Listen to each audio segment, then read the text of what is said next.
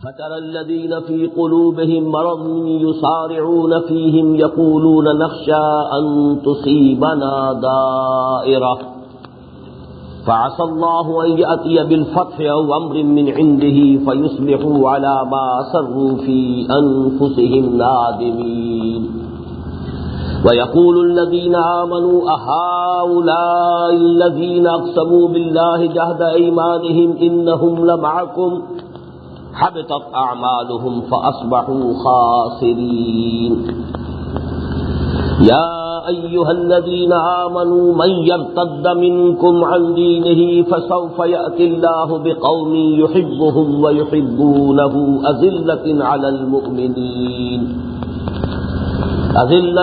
المؤمنين أعزة على الكافرين يجاهدون في سبيل الله ولا يخافون لومة لائم ذلك فضل الله يؤتيه من يشاء والله واسع عليم انما وليكم الله ورسوله والذين آمنوا الذين يقيمون الصلاة ويؤتون الزكاة وهم راكعون ومن يتول الله ورسوله والذين آمنوا فإن حزب الله هم الغالبون صدق الله العظيم رب اشرح لي صدري ويسر لي امري واحلل عقدة من لساني يفقهوا قولي اللهم ربنا الهمنا رشدنا واعذنا من شرور انفسنا اللهم ارنا الحق حقا وارزقنا اتباعه وارنا الباطل باطلا وارزقنا اجتنابه اللهم وفقنا لما تحب وترضى آمین یا رب العالمین۔ معزز حاضرین اور محترم خواتین، آج یہ بات ہمارے معمول کے اعتبار سے خاصی مختلف ہے کہ پہلے ہی اعلان کر دیا گیا ہے کہ میری آج کی یہ گفتگو 2 گھنٹے پر محیط ہوگی۔ اس کے باوجود واقعہ یہ ہے کہ میں محسوس کر رہا ہوں کہ جو باتیں میں آج آپ کے گوشگزار کرنا چاہتا ہوں، اندیشہ ہے کہ شاید ان 2 گھنٹوں میں بھی میں ان کو صحیح طور پر بیان نہ کر پاؤں، لہذا آپ حضرات سے بھی استدعا ہے کہ دعا کریں کہ اللہ تعالیٰ مجھے اس کی توفیق دے کہ اپنے معافی ضمیر کو آپ کے سامنے اختصار کے ساتھ لیکن جامعیت کے ساتھ کہ اس کا کوئی پہلو جو ہے وہ تشنہ نہ رہ جائے پیش کر سکیں۔ البتہ یہ وعدہ ہے، یہ اندیشہ نہ رکھیں کہ میں 2 گھنٹے سے تجاوز کروں گا، یہ وعدہ ہے کہ 2 گھنٹے سے بہرحال تجاوز نہیں ہوگا۔ آج کے اصل مضمون سے پہلے میں چاہتا ہوں کہ 3 تمہیدی باتیں آپ کے گوشگزار کر دوں، کیونکہ میری ساری گفتگو قرآن مجید کی ان آیات کے حوالے سے ہے جو ابھی میں نے تلاوت کی ہے۔ یہ 6 آیات ہیں جن پر سورہ مائدہ کا 8واں رکوع مشتمل ہے، تو ان کے ضمن میں جو باتیں مجھے عرض کرنی ہے اس کے لیے مناسب ہے کہ مطالعہ قرآن کے ضمن میں بعض اصول جو بار بار میرے دروس میں تو بیان ہوتے ہیں، اجمالاً ان کا تذکرہ اس وقت بھی ہو جائے۔ پہلی بات قرآن مجید کی ترتیب کے اسلوب سے متعلق ہے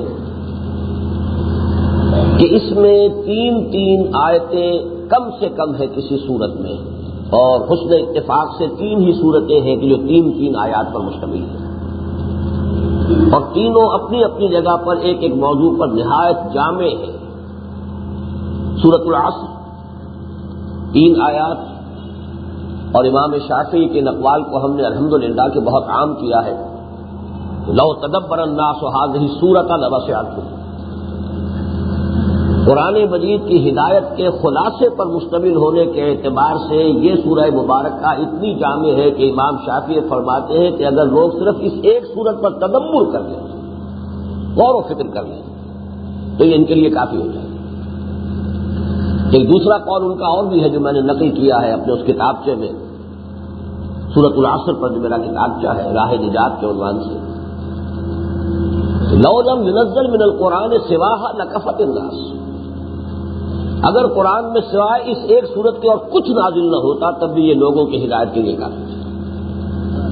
اور 3 آیتیں، والعصر ان الانسان لفی خسر الا الذین آمنوا وعملوا الصالحات وتواصوا بالحق وتواصوا بالصبر۔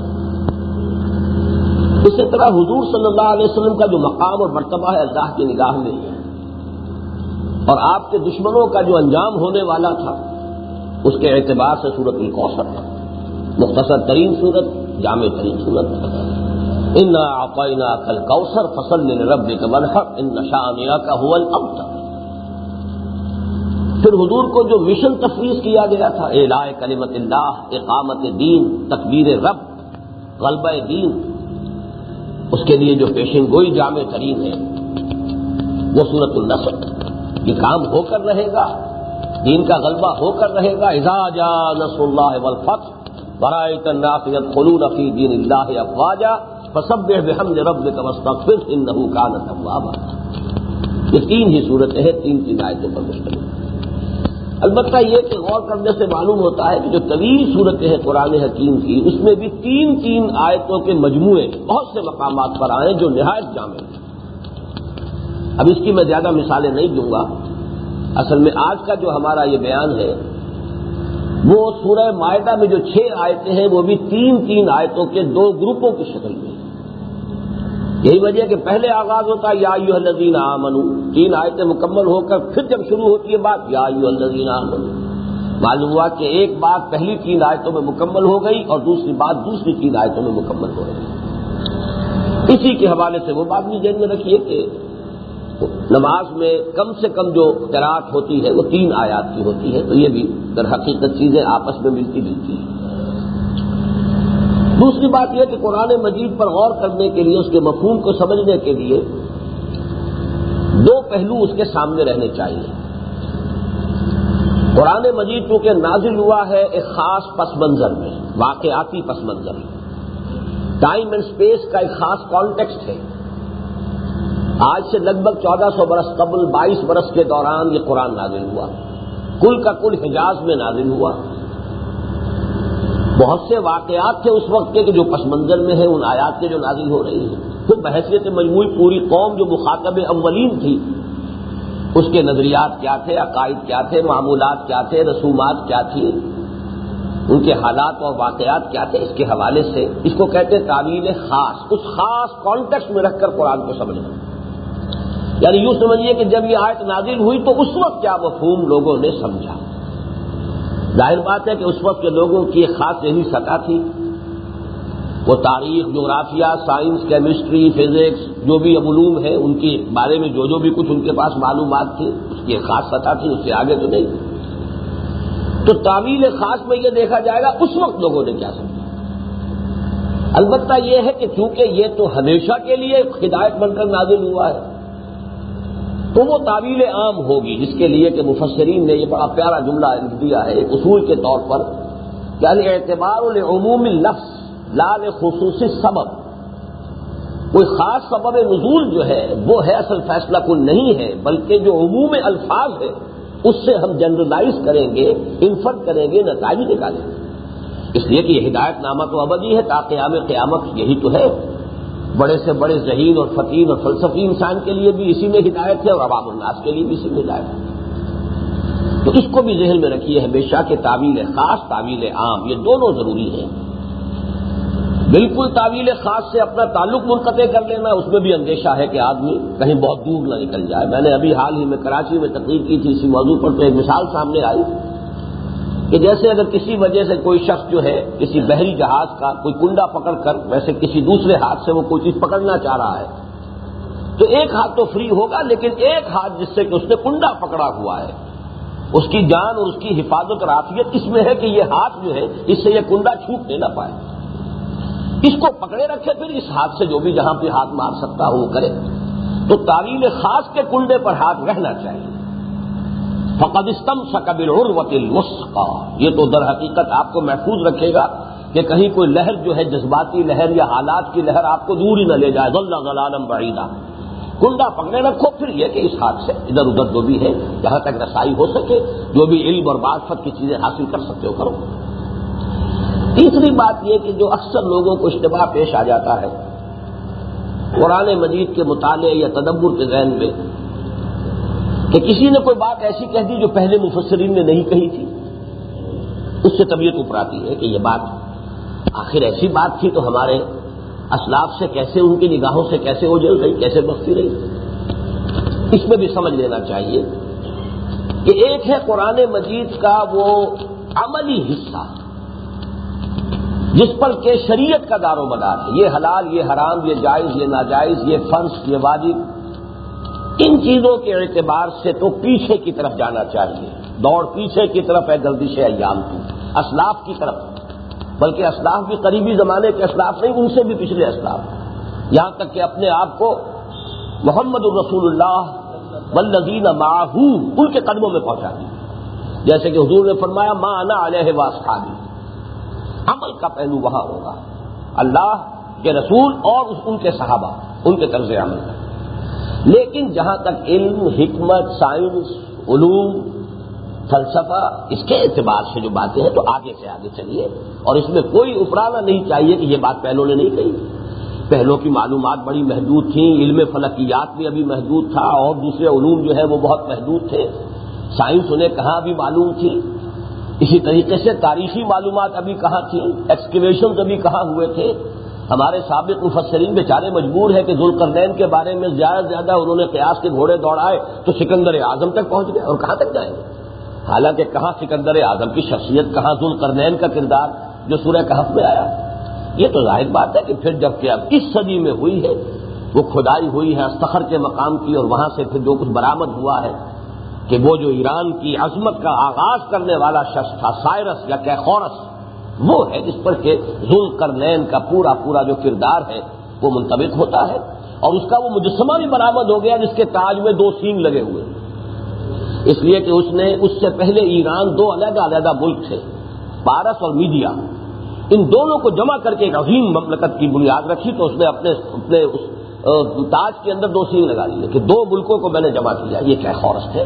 اب یہ تو سب سے پہلے مولانا ابوالکلام آزاد نے بات کی، اور ان کا کوئی کمال نہیں ہے، اس لیے کہ اب کھدائی ہو گئی، اسی مقام پر پھر شہنشاہ ایران جو تھے سابق، انہوں نے پھر اپنا 2.5 سالہ جشن منایا تھا، 2500 سالہ، کہ کیخورس کی عظمت کو اب دوبارہ وہ حاصل کرنے کی لیے کمر کس رہے تھے۔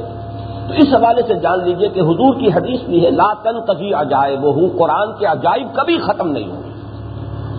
یہ نہیں کہ امام راضی جو ہے وہ ایگزاسٹ کر چکے قرآن کو کہ بس جو کچھ تھا وہ برآمد کر لیا، یا کوئی اور شخص، فار دیٹ میٹر کوئی امام راضی کوئی بھی ہو، کسے باشد، لا تنقضی عجائبہ، حضور نے فرمایا اس قرآن کے عجائب کبھی ختم ہی نہیں ہوں گے، ولا یشبع منہ علماء، اہل علم کبھی اس سے سیری نہ محسوس کر سکیں گے کہ بس اب پیٹ بھر گیا، بلکہ ان کے علم کی پیاس میں اضافہ ہوتا چلا جائے گا، پوری عمریں لگائیں گے اور نئے چیزیں ان کے سامنے آئیں گی۔ اسی میں ایک واقعہ بہت اہم ہے امام شافعی کا، چونکہ جو ہمارے ہاں ایک بہت بڑا علم ہے اصول فقہ کا، اس کے بانی امام شافعی ہیں، کتاب الام جو ہے ان کی، وہ در حقیقت اس موضوع پر پہلی کتاب ہے۔ تو انہیں اصل میں درکار تھی کہ قرآن مجید سے سند کہ اجماع کو ہم کیسے قرآن سے کیسے ثابت کریں۔ کہتے یہ کہ 300 مرتبہ میں نے قرآن اول سے آخر تک پڑھا ہے، مجھے سند نہیں ملی۔ یعنی شریعت اسلامی کی 2 بنیادیں تو اظہر من الشمس ہے، کتاب اللہ اور سنت رسول صلی اللہ علیہ وسلم، آگے اجماع کے لیے قرآن سے بھی تو سند ملنی چاہیے نا، اس کے لیے سند نہیں ملی۔ 301ویں مرتبہ اچانک سورہ نساء کی آیت پر آ کر ٹک گئے کہ یہ ہے وَيَتَّبِعْ غَيْرَ سَبِيلِ الْمُؤْمِنِينَ نُوَلِّهِ مَا تَوَلَّىٰ وَنُصْلِهِ جَهَنَّمَ، گویا کہ اہل ایمان کا راستہ یہ بھی ایک سند ہے، اس کو بھی قرآن مجید نے ایک حیثیت دی ہے، اور یہی ہے جس کا نام ایمان ہے۔ جو شخص بھی مسلمانوں کے اہل ایمان کے مجموعی راستے سے ہٹ کر کسی طرف کو جائے گا تو ہم اس کو اسی کے رحم و کرم پر چھوڑ دیں گے جس کو اس نے اختیار کیا ہوگا، پھر جہنم میں پہنچا دیں گے۔ تو معلوم ہوا کہ یتبع غیر سبیل المومنین، سبیل المومنین جو ہے اہل ایمان کا راستہ، گویا کہ یہ بھی اپنی جگہ پر، جیسے کہ حدیث میں پھر حضور نے فرمایا کہ میری امت کبھی گمراہی پر جمع نہیں ہوگی۔ اگر کسی چیز پر اجماع ہو جائے گا، اس میں ظاہر بات ہے پھر تفصیلی مباحث کا وقت نہیں، اجماع عوام کا نہیں، علماء کا مراد ہوگا، اصحاب فن کا، جاننے والوں کا، لیکن جس چیز پر اجماع ہو جائے گا وہ گمراہی نہیں ہوگی۔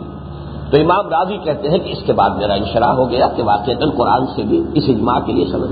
یہ 3 میں نے چند باتیں، ویسے بھی یہ موتی ہے قرآن مجید کے مطالعے کے ضمن میں، یہ 3 باتیں جو ہے علم کے حکمت کی یہ کلیدیں ہیں، کنجیاں ہیں، چونکہ جو کچھ میں نے آج عرض کرنا ہے اس میں یہ سمجھ لیجئے کہ 3 آیتوں کے یہ 2 مجموعے نہایت جامع ہیں۔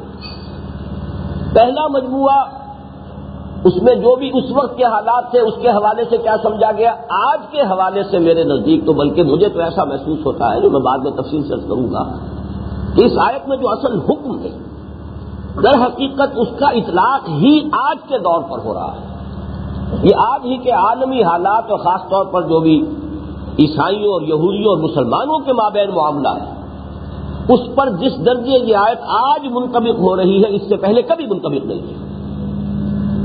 اس پہلو سے میں اس توجہ کو مرکوز کرنا چاہتا ہوں ان آیات پر۔ اس کا دوسری آیات کا 3 آیات جو ہے اس کا خاص فوکس ہے پاکستان کو جو اس وقت حالات درپیش ہیں اور ایک موقع جو اللہ نے اسے عطا کیا ہے احیاء اسلام کا اور نظام خلافت کے احیاء کا، اگر اس نے اسے ضائع کر دیا، اس سے فائدہ نہ اٹھایا تو پھر جو تحدید اور تنبیہ ہے کہ تمہیں ہٹا کر کسی اور قوم کو لے آئیں گے، جس درجے یہ 3 آیات جو دوسری ہے ان کا انطباق آج ہم پر ہو رہا ہے شاید اس سے پہلے تاریخ میں مجموعی طور پر کسی اور پر نہ ہو۔ اسی حوالے سے میں ان دونوں مجموعوں پر گفتگو کروں گا۔ البتہ دوسرا مجموعہ جو ہے اس میں ایک اور اضافی جو ہمارے لیے ہدایت رہنمائی ہے وہ یہ ہے کہ اس میں کچھ اوصاف، 3 اوصاف کے 2 اوصاف کے 3 جوڑے، یہ بھی 3 بات، یہاں پہ 3 کا لفظ جو ہے 3 کا ہنسا کو بہت ہے اہم قرآن کے اعتبار سے، تو 3 جوڑے ہیں، 2 اوصاف کے 3 جوڑے۔ جو لوگ بھی اس کے لیے پہلے سے کمر کسے ہوئے ہیں یا اب کمر کس لیں کہ پاکستان کو خلافت کے نظام کا گہوارہ بنایا جائے، اقامت دین کے لیے اس میں جد و جہد کی جائے، انہیں یہ 2 اوصاف کے 3 جوڑے اپنے اندر پیدا کرنے چاہیے۔ اگر یہ نہیں کریں گے تو کامیابی نہیں ہوگی۔ یہ گویا کہ دوسری 3 آیات کا جو مجموعہ ہے اس میں ہمیں ایک اضافی ہدایت یہ ملتی ہے۔ اب آئیے بسم اللہ کہ پہلا جو اس کا مجموعہ ہے اس پر ہم غور کریں۔ یا ایھا الذین آمنوا لا تتخذوا اليہود والنصارى اولیاء، اہل ایمان یہودیوں اور عیسائیوں کو اپنا دوست مت بناؤ۔ یہاں ذرا لفظ نوٹ کر لیجئے، اولیاء ولی کی جمع ہے، اور ولی کہتے ہیں ایسی دوستی کو جس میں باہمی حمایت ہو، پشت پناہی ہو، ایک دوسرے پر اعتماد ہو، ولایت باہمی جو ہے ان کو ولی مت بناؤ۔ اور مراسم ہو سکتے ہیں، کاروباری لین دین کے معاملات، یہ چیزیں جو ہے ہو سکتی ہیں، لیکن یہ ولایت جس شے کا نام ہے، دوستی، جگری محبت، حمایت باہمی، یہ در حقیقت اس کے بارے میں حکم لا تتخذوا اليہود والنصارى اولیاء۔ پہلی بات تو یہ ہے کہ قرآن مجید نے اور دوسرے بہت سے مقامات پر یہ حکم عمومیت کے ساتھ تمام کفار کے لیے دیا ہے۔ یہ تو ایمان کا تقاضا ہے کہ کفار کے ساتھ آپ کا رشتہ ولایت نہ ہو، لیکن یہاں خاص طور پر یہود و نصارہ کو جو نمایاں کیا گیا تو اس کا کوئی سبب ہے۔ باقی بہت سے مقامات ہیں کہ جس میں کافروں کو اپنا دوست مت بناؤ، ان کے ساتھ کوئی رشتہ ولایت تمہارا نہ ہو، ان کے ساتھ کوئی تمہاری دوستی نہ ہو، کوئی قلبی محبت نہ ہو۔ یہ تو قرآن مجید کا عام مضمون ہے، اور ظاہر بات ہے کہ جب یہ آیات نازل ہوئی ہیں ابھی مشرکین بھی عرب میں تھے، دندناتے پھر رہے تھے۔ ابھی وہ آخری غلبہ جو ہے کہ جس کے بعد خاتمہ ہوا ہے شرک کا جزیرہ نما عرب سے، وہ دور تو نہیں آیا تھا۔ اس حوالے سے اس عموم کے پس منظر میں اس خصوص کا سبب کیا ہے؟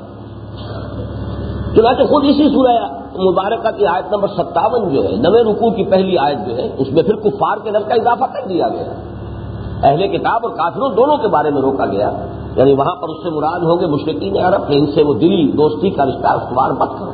لیکن اس آیت میں خاص طور پر یا ایھا الذین آمنوا لا تتخذوا اليہود والنصارى اولیاء کیوں کہا گیا؟ اس کے 2 اسباب۔ پہلا سبب جو ہے وہ تو یہ ہے کہ چونکہ مسلمانوں اور یہودیوں اور عیسائیوں کے مابین ایک قرب ہے باقی تمام لوگوں کی نسبت سے۔ بہرحال حضرت ابراہیم کے ماننے والے، اسی لیے کہا جاتا ہے کہ ابراہیمی مذاہب ہے 3، یہودیت، عیسائیت اور اسلام۔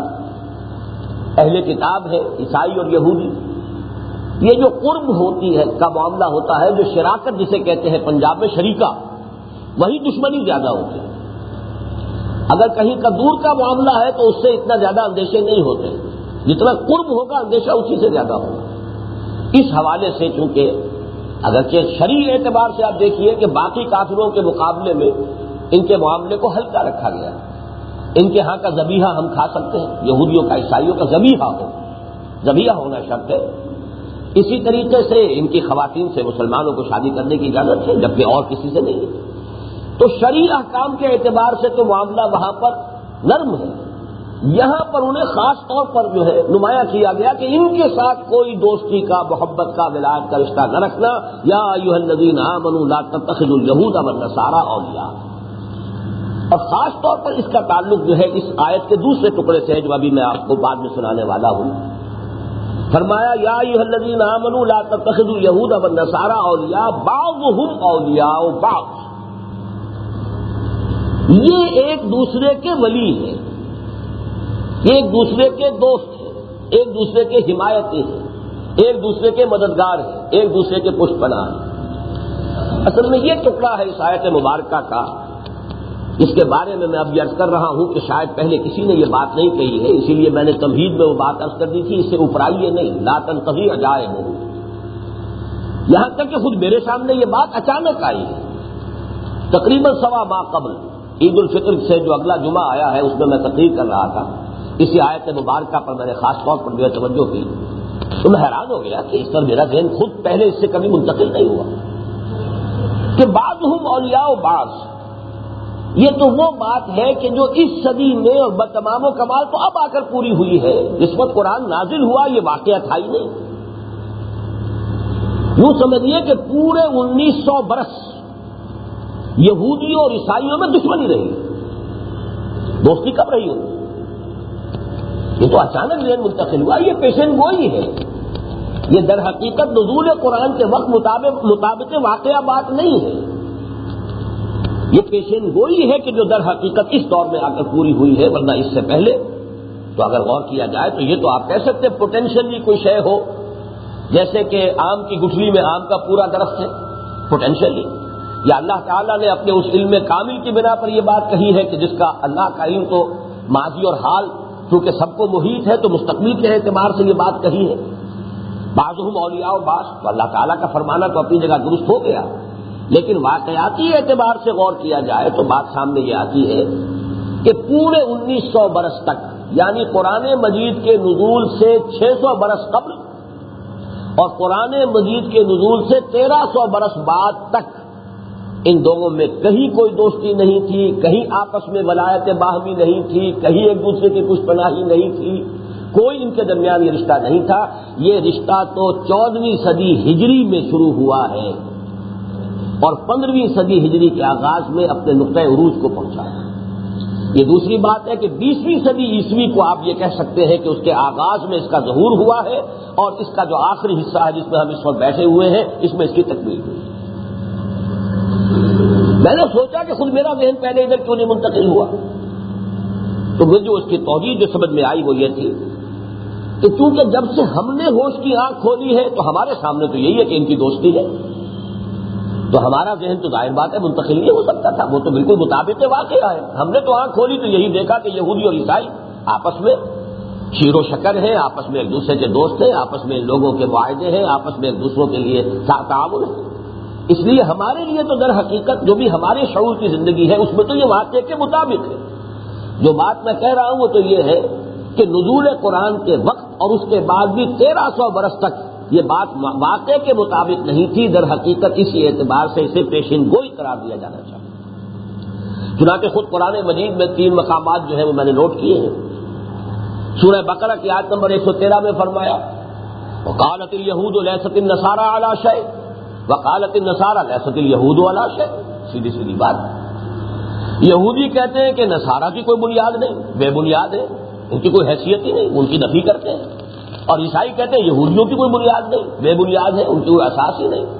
تو معلوم ہوا کہ ایک دوسرے کی نفی. ظاہر بات ہے کہ حضرت مسیح علیہ السلام کو جنہوں نے کافر قرار دیا، مرتد قرار دیا، اپنے بس پڑتے سولی پر چڑھا دیا، تو حضرت مسیح کے ماننے والوں کے ساتھ ان کی کوئی دوستی کیسے ہو سکتی تھی؟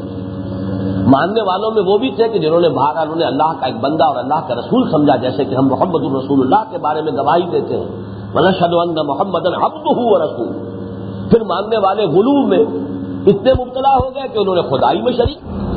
اس حوالے سے قالت اليہود لیست النصارى علی شیء وقالت النصارى لیست اليہود علی شیء. اسی طرح آج ہی میں نے دیکھا، پھر میں حیران ہو گیا کہ چوتھا ایک اصول بھی یہاں پر آ جائے. میں نے بارہا کہا ہے کہ اہم مضامین قرآن مجید میں کم سے کم 2 جگہ ضرور آتے ہیں، اور تھوڑا سا یا تو لفظی فرق ہوگا یا تھوڑا سا ترکیب کا فرق ہوگا. سورہ مائدہ ہی کی آیت نمبر 14 اور سورہ مائدہ ہی کی آیت نمبر 64 میں 50 آیات کے فصل سے یہ الفاظ موجود ہے، وَأَغْرَيْنَا بَيْنَهُمُ الْعَدَاوَةَ وَالْبَغْضَاءَ، اور سورہ اسی کے آیت نمبر 64 میں وَأَلْقَيْنَا بَيْنَهُمُ الْعَدَاوَةَ وَالْبَغْضَاءَ، ایک لفظ کا فرق ہے، اغرینا اور القینا، ہم نے ان کے مابین دشمنی اور بغض اور عداوت ڈال دی، بلکہ دونوں جگہ ہے الی یوم القیامہ، قیامت کے دن تک کے لیے۔ اس سے میں یہ نتیجہ نکال رہا ہوں، اور جو میرے سابقہ جو بھی اس موضوع پر جو میری آراء سامنے آتی رہی اس سے کامل مطابقت رکھنے والی بات ہے وہ یہ کہ یہ بڑی عارضی سی بات ہے، یہ جلدی ختم ہو جانے والی شے ہے، عارضی فنومینن ہے، اصل قاعدہ کلیہ وہی ہے، اغرینا بینہم العداوۃ والبغضاء الی یوم القیامہ، اغرینا بینہم العداوۃ والقینا بینہم العداوۃ والبغضاء الی یوم القیامہ، قاعدہ کلیہ یہی ہے۔ اور قیامت کے قریب ہی کہ چونکہ یہ معاملہ ہو رہا ہے لہذا اس کا اصل ظہور جو ہے دشمنی کا وہ سامنے آ جائے گا، جبکہ حضرت مسیح کے ہی ہاتھوں یہ یہودی جو ہے ختم ہوں گے، اور ان کا جو بھی آخری جو باسی کڑی میں ابال آ رہا ہے اس کا جو خاتمہ ہوگا، ان کا جو استحصال ہوگا وہ حضرت مسیح علیہ السلام ہی کے ہاتھ سے ہوگا۔ بہرحال اس پس منظر میں دیکھیے کہ یہود اور نصارہ کی جو باہمی دشمنی ہے اس کی میں نے کچھ تھوڑی سی تاریخ کے جو اہم نکات ہیں نوٹ کیے ہیں، انہیں میں آپ کے سامنے بھی پیش کر رہا ہوں۔ سب سے پہلے تو نزول قرآن سے قبل کے 600 برس جو میں نے عرض کیا اس کو دو حصوں میں تقسیم کر لیجیے۔ پہلے 300 برس تک عیسائی جو ہے وہ دو اعتبارات سے پرسیکیوٹڈ تھے۔ اول تو یہ کہ جو بت پرست رومی تھے ان کا تشدد تھا ان پر سخت، اور یہودی اگرچہ یہودی بھی پرسیکیوٹڈ تھے رومیوں کے ہاتھوں، لیکن یہودی پھر بھی اپنی چالاکی سے کہیں نہ کوئی جگہ بنا لیتے تھے، تو وہ بھی جہاں ان کا بس چلتا تھا، ظاہر بات ہے حضرت مسیح کے ماننے والے ان کے نزدیک کافر تھے، مرتد تھے، ایک ایسے شخص کو نبی ماننے والے یا خدا ماننے والے جو ان کے نزدیک کافر اور مرتد تھا، وہ دشمنی تو ان کی تھی۔ تو 300 برس تک تو عیسائی جو ہے وہ یہودیوں کے ظلم و ستم کا نشانہ بھی بنے، اور یہ 300 برس ہوئے جن میں ابھی بڑی تعداد میں وہ لوگ موجود تھے جو صحیح معنی میں حضرت عیسیٰ کے پیروکار تھے، توحید پر کاربند۔ چنانچہ انہی میں سے تھے وہ اصحاب کہف جو صرف جان بچانے کے لیے جو ہے وہ ایک غار میں جا کر چھپ گئے تھے۔ وہ رومی ایمپرر جو تھا در حقیقت اس کے چیلنج کے بعد اور اس کے الٹیمیٹم کے بعد کہ اتنے دنوں کے اندر اندر اگر باز نہیں آئے اپنے عقیدے سے تو تمہیں جو ہے سولی چڑھا دیا جائے گا یا رجم کر دیا جائے گا، تو وہ بیچارے گئے، انہوں نے جا کر ایک غار میں پناہ لی۔ تو پہلے 300 برس کا معاملہ تو یہ ہے کہ یہودیوں کے ہاتھوں بھی پٹائی ہوتی تھی عیسائیوں کی، اور جو بت پرست رومی تھے ان کے ہاتھوں میں۔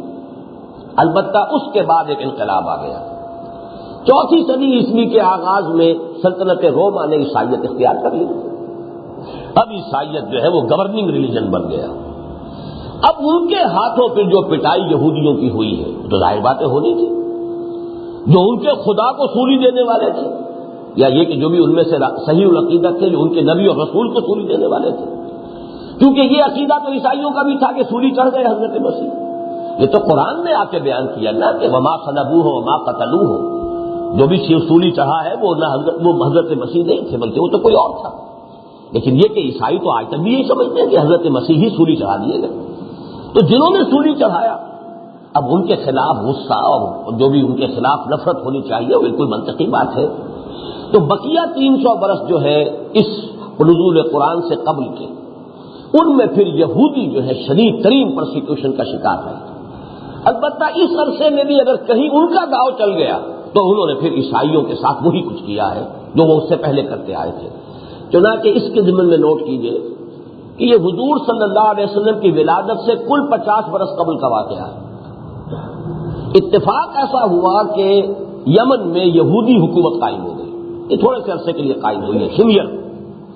وہاں کا بادشاہ ذو نواس اس نے نجران پر حملہ کیا جو عیسائیت کا ایک بہت بڑا مرکز تھا، قتل عام کیا، بے شمار لوگوں کو وہ خندق آگ کی کھدوا کر ان میں زندہ جلایا۔ یہ اصحاب الاخدود والسماء ذات البروج والیوم الموعود وشاہد ومشہود قتل اصحاب الاخدود النار ذات الوقود اذ هم علیہا قعود وهم علی ما یفعلون بالمؤمنین شہود۔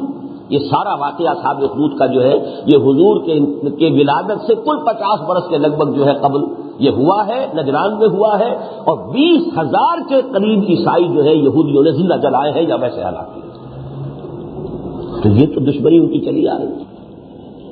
اس میں بھی 1300 برس تک مسلسل عیسائیوں کے ہاتھوں یہودیوں کی پٹائی ہوئی، یہاں تک کہ ایک واقعہ میں آپ کو نوٹ کرا دینا چاہتا ہوں کہ جب حضرت عمر رضی اللہ تعالیٰ عنہ کے عہد خلافت میں سن 15 ہجری میں یا 636 عیسوی میں اللہ نے یروشلم فتح کرا دیا، اور یہ فتح ہوا ہے ایک معاہدے کے تحت، انہوں نے خود دروازے کھولے ہیں، معاہدہ ہوا ہے۔ تو عیسائیوں نے یروشلم کا چارج حضرت عمر کو دیتے ہوئے یہ شرط منوائی ہے کہ یہاں یہودیوں کو اجازت نہیں دی جائے گی آباد ہونے کی، یہ ان کی طرف سے شرط تھی جو حضرت عمر نے تسلیم کی۔ تو اگرچہ اس معنی میں تو اوپن سٹی قرار دیا حضرت عمر نے کہ یہاں عیسائی بھی آئیں، یہودی بھی آ سکتے ہیں، ورنہ اس سے پہلے تو سن 70 عیسوی کے بعد سے لے کر اور سن 636 عیسوی تک 550 برس تک یہودی وہاں داخل نہیں ہو سکتا، اور سن 70 عیسوی میں ہی وہ ہیکل سلیمانی جو ہے سیکنڈ ٹیمپل جو تھا، پہلا تو ہے وہ تو نبوکدنضر کے ہاتھوں جو ہے وہ ختم ہوا تھا، وہ تو کوئی حضرت مسیح سے 600 برس قبل کی بات ہے۔ جو سیکنڈ ڈسٹرکشن ہوئی ہے، دوسری مرتبہ جو یہ ہیکل جو ہے منہدم کیا گیا ہے، یہ سن 70 عیسوی میں ٹائٹس رومی کے ہاتھوں میں، اور اسی وقت سے یہ وہاں سے بے دخل کیے گئے ہیں۔ اس وقت سے ان کا زمانہ کہلاتا ہے ڈائسپورا کا دور۔ تو اس ڈائسپورا کے دور میں داخل نہیں ہو سکتا تھا کوئی یہودی یروشلم میں، حضرت عمر کے زمانے سے آنے کی اجازت ملی ہے، آباد ہونے کی اجازت تب بھی نہیں تھی۔ آباد ہونے کی اجازت تو 1917 میں ہوئی ہے، وہ میں بعد میں عرض کروں۔ بہرحال یہ مسلسل یہودیوں کی پٹائی یورپ میں، بات پھر دوبارہ عرض کر رہا ہوں اگرچہ میں نہیں چاہتا تکرار کرنا وقت کی کمی کے پیش نظر، کہ ایک ایسی قوم جس نے کہ رفتہ رفتہ حضرت مسیح کو الوہیت میں شامل کر دیا۔ پہلے تو وہ لوگ تھے جو توحید کے قائل تھے، حضرت مسیح کو ایک انسان، اللہ کا ایک بندہ، اللہ کا ایک نبی، ایک رسول سمجھتے تھے۔ ہوتے ہوتے تو اب عیسائیت جو ہے وہ در حقیقت وہ تثلیث کے عقیدے پر ان کا اجماع ہو چکا ہے، اور گویا کہ اقانیم ثلاثہ میں سے ایک اقلوم کی حیثیت سے حضرت مسیح بھی۔ تو جس قوم نے ان کو مرتد قرار دیا تھا، واجب القتل قرار دیا تھا، سولی پر چڑھوایا تھا، ان کے ساتھ دوستی کا کیا سوال؟ دشمنی، نفرت ان کے خلاف، یہ تو اس کا منطقی نتیجہ۔ اس میں البتہ رفتہ رفتہ ایک بڑی یوں سمجھیے کہ ہوشیاری کے ساتھ یہودیوں نے ایک راستہ پیدا کیا یورپ کے عیسائیوں کے دلوں کو کچھ نرم کرنے کے لیے، یا یوں کہیے کہ ان کے اوپر قابض ہونے کے لیے۔ اور بڑی حیرت ناک بات ہے، اس کو میں چاہتا ہوں اچھی طرح آپ سمجھ لیں تاریخ کے حوالے سے۔ جب مسلمانوں نے حملہ کیا ہے اسپین پر 712 عیسوی 93 ہجری میں، یہودیوں نے مدد کی مسلمانوں کی، کیونکہ دشمن کا دشمن دوست ہوتا ہے۔ ہسپانیہ خاص طور پر شدید پرسیکیوشن کا علاقہ تھا یہودیوں کے لیے، اور ویسے پورا یورپ تھا۔ انہوں نے جب مسلمان حملہ آور داخل تو مدد کی، نتیجہ کیا نکلا کہ ہسپانیہ جو ہے پھر مسلم اسپین، خود ان کے کہنے کے مطابق، اب ظاہر بات ہے یہ محسن تھے، انہوں نے مدد کی تھی فتح کرنے میں، تو یہ پریولیج لوگ رہے، وہاں مراعات یافتہ رہے، انہیں جو سہولتیں حاصل ہوئیں، انہیں جو براعت حاصل ہوئی، اسے یہ یہودی مانتے ہیں کہ ہمارے ڈائسپورا کا گولڈن پیریڈ مسلم اسپین ہے۔ وہاں جو عروج حاصل ہوا، وہاں جو آزادیاں حاصل ہوئیں، وہاں جو انہیں مواقع ملے، یہ ان کا گولڈن پیریڈ ہے ڈائسپورا کا، خود اپنے قول کے مطابق۔ پوری دنیا میں کہیں اور نہ امن تھا ان کے لیے، نہ سکون تھا، نہ چین، ہر جگہ نفرت، ہر جگہ تشدد، پرسیکیوشن، سوائے ایک مسلم اسپین۔ یہاں سے انہوں نے عیسائی یورپ کی پشت میں نقب لگائی، اور وہ نقب کس طور سے لگائی؟ جیسے جیسے اسلام کی تعلیم اور علم کا احیاء جو مسلم اسپین میں ہوا مسلمانوں کے ہاتھوں، یہ جیسے جیسے اسپین سے مختلف یورپی ممالک کی طرف اس کی رو چلی ہے، اس میں 3 چیزیں انہوں نے مزید شامل کر دی۔ یوں سمجھیے کہ جو چیز اعتدال کے ساتھ اسلام میں ہے، اس میں ایک انتہائی رنگ پیدا کر دیا۔ وہ کیا؟ آزاد خیالی، ہر شخص کو پورا اختیار ہونا چاہیے، جو چاہے وہ مانے، جو چاہے بیان کرے۔ نتیجہ کیا نکلا کہ عیسائی یورپ پر عقیدے کی گرفت کمزور ہو گئی، اس سے انہوں نے فائدہ اٹھایا۔ نمبر 2، آزادی عمل، فریڈم آف ایکشن. نتیجہ کیا نکلا؟ اخلاقی آوارگی. اسی چیز کو چیز اچھی ہے، آزادی بڑی اچھی شے ہے، لیکن آزادی بھی کچھ حدود کی پابند ہونی چاہیے. مادر پدر آزادی تو بہرحال کوئی اچھی شے نہیں، آزادی کچھ حدود کے اندر، پابندی کے ساتھ آزادی. جب مجرد آزادی، مطلق آزادی ہوگی تو وہ تو مجھے اب یاد آ رہے ہیں وہ اشعار کہ جو اکبر الہ آبادی نے کہے تھے انگریز کے دور میں کہ گورنمنٹ کی خیر یارو بناؤ، گلے میں جو آئے وہ تانے اڑاؤ. کہاں ایسی آزادیاں تھی میسر ان الحق کہو اور پھانسی نہ پاؤ. یہی تو کیا تھا غلام احمد قادیانی نے جب دعوی نبوت کیا ہے، اور جب اس کا خط پہنچا ہے امیر دوست محمد والی کابل کے پاس، اس نے جواب میں ایک جملہ لکھ کے بھیجا، ایجا بیا، یہاں آ کے کرو ذرا دعوی نبوت کا، پھر تمہیں پتا چلے کہ نبوت کا دعویٰ کرنے کا مطلب کیا ہے. ایجا بیا، یہ خط کیوں بھیج رہا ہو، خود آؤ نا. تو انگریز کی گود میں بیٹھ کر تو جو چاہو دعوے کرو. تو گورنمنٹ کی خیر یارو مناؤ، گلے میں جو آئیں وہ تانے اڑاؤ. کہاں ایسی آزادیاں تھی میسر ان الحق کہو اور پھانسی نہ پاؤ. یہی در حقیقت وہ نقطہ ہے آزادی رائے، لہذا جو چاہو، اور آزادی اظہار، جو چاہو بکو. آزادی عمل، چاہے ننگے ہو کر سڑکوں پہ نکل آؤ، آزادی عمل. اس سے اخلاقی آوارگی اور جنسی جو آوارگی کا طوفان ہے وہ یورپ میں پیدا کیا یہودیوں نے. اور تیسری چیز تھی آزاد معیشت، فری اکانومی، جس کے راستے سے سود کے اوپر جو پابندی تھی وہ ختم کروا دی. یہ نقب ہے، یہ تین ان کے ہتھیار تھے جن سے انہوں نے جو کرسچین یورپ ہے اس کو زیر کیا ہے. اور ہوتے ہوتے پھر صورت وہ بن گئی جس کے علامہ اقبال مشاہدہ کر آئے تھے اس صدی کے آغاز میں، فرنگ کی رگے جاں پنجے یہود میں. یہ تبدیلی ہوئی ہے، یوں سمجھیے تقریباً 1300 برس کے دوران. مذہبی سطح پر یہودی رہا پرسیکیوٹڈ، لیکن اندر ہی اندر ان تین ذرائع سے انہوں نے، اور خاص طور پر نوٹ کر لیجئے جو پروٹیسٹنٹ عیسائیت تھی، جو در حقیقت انہی تین چیزوں کا ایک نتیجہ تھی. عیسائیت میں جو نتیجہ ظاہر ہوا، آزادی خیال، آزادی عقیدہ، آزادی قول، آزادی عمل، یہ سب جو ہے اسی کے حوالے سے پروٹیسٹنٹزم جو ہے پیدا ہوا. تو یہ آلہ کار بنا ہے یہود کا. اور آج ویسٹ جو ہے وائٹ اینگلو سیکسن پروٹیسٹنٹ وہ سب سے زیادہ آلہ کار ہے یہودیوں کی، جن کا سرغنہ یا سر خیل اس صدی کے آغاز میں برطانیہ تھا، اور جن کا سرغنہ اور سر خیل اس وقت امریکہ. یہ میں نے آپ سے عرض کیا ہے کہ یہ تقریباً 1300 برس میں تدریجاً یہ تبدیلی پیدا ہوئی ہے. لیکن اس کی تکمیل جو ہوئی ہے، بلکہ اس میں میں اعلان یہ بھی وضاحت کر دوں کہ اس 14ویں صدی ہجری میں اور 20ویں صدی عیسوی کے آغاز سے تدریجاً لینڈ مارکس کیا ہیں اس کے. 1917 اعلان بالفور،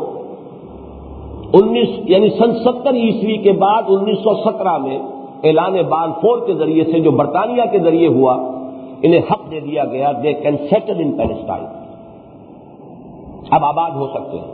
وہی عیسائی کہ جنہوں نے حضرت عمر کے سامنے یہ شرط رکھی تھی کہ انہیں یہاں آباد ہونے کا حق نہیں ملے گا، زیادہ سے زیادہ یہاں آنے کی اجازت ہو جائے گی، آباد ہونے کا نہیں. 1917 میں بالفور ڈیکلریشن کے ذریعے سے تسلیم کر لیا گیا they have a right to settle in Palestine.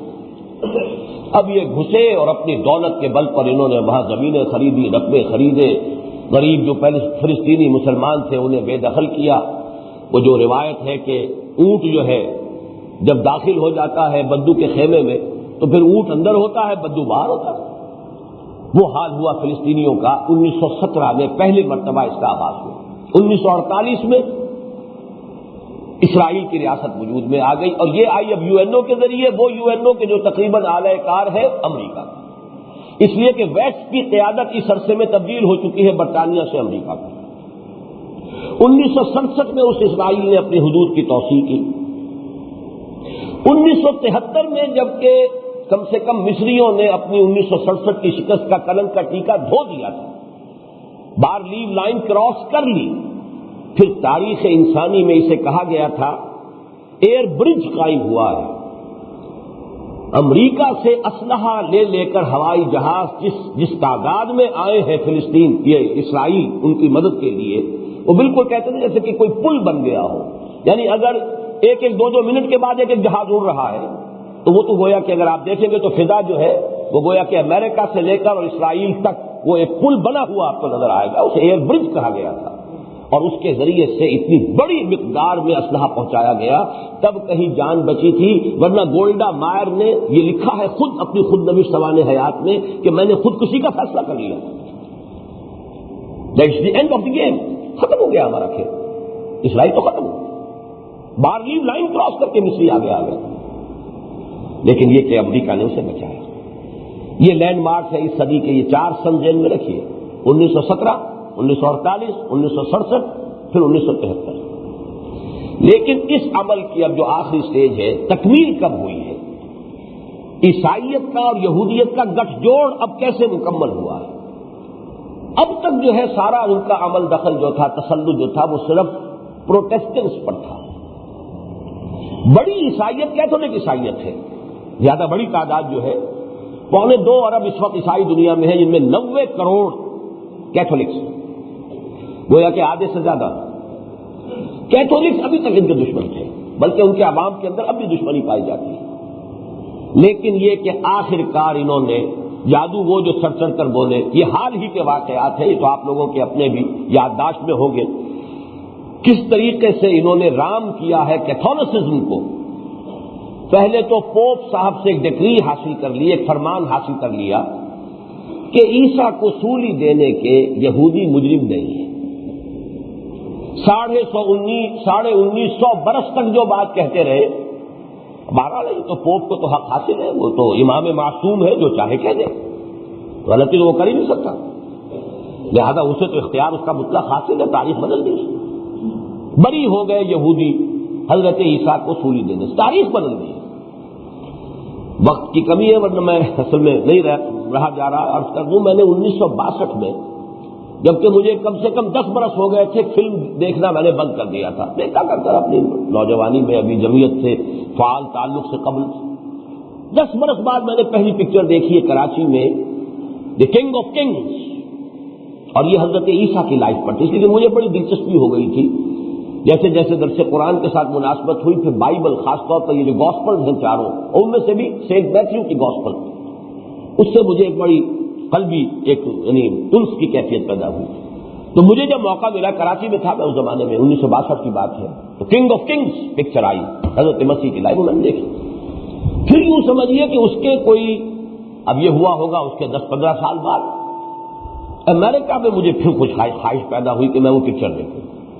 تو وہاں چونکہ یہ چیزیں ویڈیوز میں مل جاتی، میں نے منگوائی ویڈیو، تو بالکل تبدیل شدہ وہ ساری اور انتہائی گھٹیا بات کر دی گئی کہ اب اس میں کوئی منطق بنتی ہی نہیں. اس لیے کہ جب آپ تاریخ کو بدلیں گے تو سارا سورا کمرا، یا تو پوری تاریخ نئے سرے سے لکھیے، ورنہ یہ کہ اچانک آپ تاریخ کے ایک واقعے کو کہ جو چلا آ رہا ہو لنکس کے ساتھ اس کو بدل دیں گے تو سارا کا سارا معاملہ ختم ہو جاتا ہے. بہرحال پہلا کام تو انہوں نے یہ کیا کہ پوپ سے اعلان برات کرا دی کہ یہ یہودی بحیثیت قوم مسیح کو سولی دینے کے مجرم نہیں. اس کے بعد آپ نے حال ہی میں سنا ہوگا ویٹیکان نے اب تسلیم کر لیا ہے اسرائیل کو ایک ریاست کے طور پر. یہ دوسرا قدم. اور ویٹیکان جو کہ ایک چھوٹی سی مذہبی ریاست ہے، اس کا سفارت خانہ اب قائم ہونے والا اور یروشلم میں قائم ہو.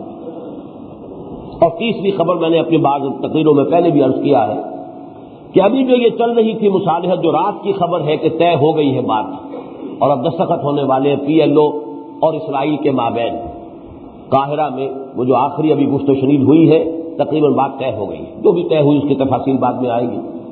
درمیان میں آپ کو معلوم ہے کہ مسجد الخلیل میں جو بھی میسیکر ہوا ہے ایک یہودی ڈاکٹر کے ہاتھوں، اس کی وجہ سے اس گفت و شنید میں تعطل پیدا ہو گیا تھا.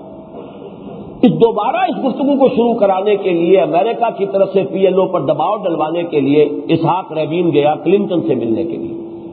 وہاں سے واپسی پر درمیان میں سٹاپ اوور کیا ہے روم، اور پاپائے روم کی خدمت میں حاضری دے کر ملاقات فرما کر اور اسے دعوت دی ہے کہ آپ آئیے یروشلم وزٹ کیجئے، اسرائیل آئیے، اور دعوت قبول ہو گئی. مزید برآں اس نے کوئی شے پیش کی وہ پاپائے روم کو یہ کہہ کر کہ یہ شے حاضر ہے 3000 برس تک تو ہم نے اس کی حفاظت کی ہے، اب اس کی حفاظت آپ کو کرنی ہے۔ بس میں مس یہ کر گیا تھا BBC کے پروگرام میں اس وقت کہ وہ شے کیا تھی، ابھی تک میں معلوم نہیں کر سکا کیا چیز دی ہے۔ 3000 سال تک تو ہم نے حفاظت کی ہے اس کی، اب اس کی حفاظت آپ کے ذمہ ہے۔ یوں سمجھیے کہ یہ در حقیقت کلائمیکس ہے۔ اب پورا عالم عیسائیت اور یہودیت یہ بالکل یکجان دو قالب ہو چکے ہیں۔ گویا کہ یہ الفاظ بعضهم اولیاء بعض، آج جس طریقے سے یہ بات ایک حقیقت واقعی کا رنگ اور روپ جو ہے وہ اختیار کر کے دنیا میں سامنے آئی ہے، پچھلے 2000 برس تک یہ بات کبھی نہیں تھی، نزول قرآن کے وقت بھی نہیں تھی۔ گویا کہ یہ ایک پیشین گوئی تھی کہ جو آج پوری ہو رہی ہے کہ ہم نے انقلاب چرخ گردہ یوں بھی دیکھے۔ یہ صورتحال در حقیقت تبدیل ہوئی ہے تدریجاً اور آج اس نقطۂ وجود کو پہنچی ہے۔ اور اسی کے حوالے سے ذہن میں رکھیے، وہ میں نے پہلے اپنی بات تقاریر میں تذکرہ کیا ہے کہ ایک حواری یہ حضرت مسیح یوحنا، ان کے جو مکاشفات ہیں، جو نیو ٹیسٹمنٹ کی آخری کتاب ریویلیشن، اس میں ان کے کچھ مکاشفات ہیں، اللہ تعالیٰ نے کچھ انہیں چیزیں دکھائی ہیں کہ کیا کچھ حالات جو ہیں پیش آنے والے ہیں۔ تو ان میں جو ایک مکاشفہ ہے ان کا کہ قیامت کے قریب کے حالات و واقعات کے تذکرے میں ایک بہت خونخوار درندہ جس کے 7 سر ہیں اور 10 اس کے سینگ ہیں، بہت خونخوار، اور اس پر ایک عورت سوار ہے جو بدکاری کا مجسمہ ہے۔ بین ہی یہ شکل بن چکی ہے عالم عیسائیت، وہ خونخوار درندہ جس کے 7 سر ہیں، اب اللہ جانے یہ 7 ہے یا جو بھی ہو، ان کی تعبیر جو بھی کی جا سکتی ہے، اور پھر ان کے جو 10 ہارنز ہیں، 10 اس کے جو سینگ ہیں، اس میں ممکن ہے کہ 10 ایٹمک پاورز وغیرہ، واللہ عالم یہ تو ہوگا، لیکن میں تو مکاشفے کا اس حوالے سے کہ سوار کون ہے، ایک عورت سوار ہے۔ وہ عورت ہے یہ اسرائیل کی ریاست، اور اس کو عورت جو دیکھا انہوں نے صحیح دیکھا، قرآن نے بھی یہی کہا۔ قرآن کا یہ کہنا ہے مسلمانوں، یہ کبھی تم سے کھلے میدان میں جنگ نہیں کر سکیں گے، بالکل عورتوں کی طرح فصیلوں کے پیچھے سے یا چھتوں کے اوپر سے جو اینٹیں برسایا کرتی تھی کبھی دیہات میں، اب بھی اگر کہیں معاملہ ہوتا ہوگا تو یہی ہوتا ہے، مرد جو ہے وہ گلیوں میں لڑتے ہیں اور عورتیں اوپر سے جو ہے وہ اینٹیں برساتی ہیں، بالکل اسی طرح کا معاملہ ان کا رہا ہے۔ وہی کردار ہے کہ جو حضرت مسیح علیہ السلام کے ان حواری کو وہ نظر آیا اپنے مکاشفے میں، ایک عورت نہایت بدکار عورت ہے جو سوار ہے ایک نہایت خونخوار درندے کے اوپر، جس درندے کے 7 سر ہیں اور 10 سینگ ہیں۔ یہ ہے وہ در حقیقت نیو ورلڈ آرڈر، اور اس کی یوں سمجھیے کہ روحانی سطح پر جو حقیقت، جو اس کی اصلیت ہے کہ جو اللہ کے ایک نیک بندے نے آج سے 1900 برس قبل دیکھی تھی۔ اب آئیے اس حوالے سے، یا ایھا الذین آمنوا لا تتخذوا اليہود والنصارى اولیاء بعضهم اولیاء بعض، ہمارے لیے تو یہ حکم کہ ان کے ساتھ بالکل دوستی نہ کرو۔ ویسے تو کفار سے دوستی نہیں ہو سکتی، ایمان کا تقاضا یہ ہے، دوستی صرف اللہ کے ساتھ، اس کے رسول کے ساتھ اور اہل ایمان کے ساتھ، تو یہ ایمان کا لازمی تقاضا ہے۔ اس لیے اگلے گروپ میں یہ بات بہت تفصیل سے آئی ہے، جو 3 آیتیں جو ہیں جن کا مجموعہ دوسرا ہے، انما ولیکم اللہ ورسولہ والذین آمنوا الذین یقیمون الصلاۃ ویؤتون الزکاۃ وہم راکعون ومن یتول اللہ ورسولہ والذین آمنوا فإن حزب اللہ هم الغالبون۔ یہ تو شرط لازم ہے کہ تمہارا رشتہ ولایت، تمہاری دوستی، تمہاری محبت پہلے اللہ سے، پھر اس کے رسول سے، پھر صرف اہل ایمان سے۔ اگر اس معیار پر مسلمان پورے نہیں اتریں گے، اللہ کی مدد کبھی نہیں ملے گی اور غلبہ کبھی نہیں آئے گا۔ یہ 2 آیتیں دوسرے گروپ کی ہے جس کا کہ میں نے ابھی بیان کر دیا ہے۔ انما ولیکم اللہ ورسولہ والذین آمنوا الذین یقیمون الصلاۃ ویؤتون الزکاۃ وہم راکعون۔ اہل ایمان تمہارا ولی نمبر 1 اللہ ہے، ولی نمبر 2 اللہ کے رسول ہے، اور پھر باقی اہل ایمان بھی صرف نام کے اہل ایمان نہیں، الذین یقیمون الصلاۃ ویؤتون الزکاۃ، جو نماز قائم کریں، زکوٰۃ ادا کریں، اور زکوٰۃ ادا کریں جھک کر، وہم راکعون، اپنا احسان نہ سمجھیں بلکہ یہ سمجھے کہ جس نے وہ زکوٰۃ قبول کی ہے اس نے مجھے میری ایک ذمہ داری سے بری کر دیا ہے، ان کا احسان مانے۔ وَمَن يَتَوَلَّ اللَّهَ وَرَسُولَهُ وَالَّذِينَ آمَنُوا فَإِنَّ حِزْبَ اللَّهِ هُمُ الْغَالِبُونَ، جو اس معیار پہ پورے اتر آئیں گے کہ جو دوستی رکھیں گے اللہ سے اور اس کے رسول سے اور اہل ایمان سے، تو یہ حزب اللہ غالب ہو کر رہے گی۔ اللہم ربنا اجعلنا منہم، اللہ تعالی ہمیں ان میں شامل فرمائے۔ اس اعتبار سے اس آیت پر غور کیجئے، یا ایھا الذین آمنوا لا تتخذوا اليہود والنصارى اولیاء بعضهم اولیاء بعض، آگے فرمایا وَمَن يَتَوَلَّهُم مِّنكُمْ فَإِنَّهُ مِنْهُمْ، بہت سخت الفاظ، جو کوئی بھی تم میں سے ان کے ساتھ دوستی کرے گا وہ انہی میں سے شمار ہوگا۔ یہ بالکل وہی بات ہے جو حضور نے فرمائی، جو میری سنت سے اعراض کرے گا فلیس منی، من رغب عن سنتی فلیس منی، جسے میری سنت پسند نہیں، جو میری سنت سے اعراض کرتا اس کو مجھ سے کوئی تعلق نہیں۔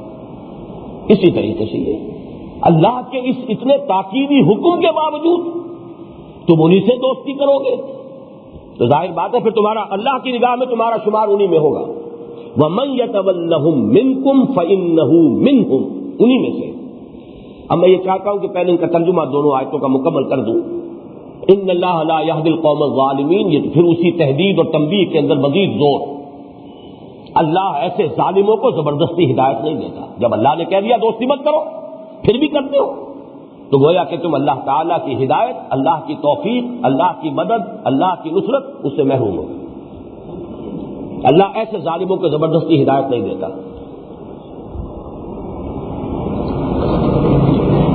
اس کے بعد فرمایا فَتَرَى الَّذِينَ فِي قُلُوبِهِم مَّرَضٌ يُسَارِعُونَ فِيهِمْ، تب اس میں مخاطب حضور بھی ہیں، حضور کے ساتھ بالواسطہ تمام اہل ایمان۔ فَتَرَى تو تم دیکھو گے یا تم دیکھتے ہو کن کو، فی قلوبہم مرض، ان کو جن کے دلوں میں روگ ہے، نفاق ہے۔ یہ لفظ قرآن مجید میں خاص طور پر نفاق کی ابتدائی سٹیجز کے لیے آتا ہے۔ فی قلوبہم مرض فزادہم اللہ مرضا، یعنی یوں سمجھیے جن کے دلوں میں ایمان نہیں ہے۔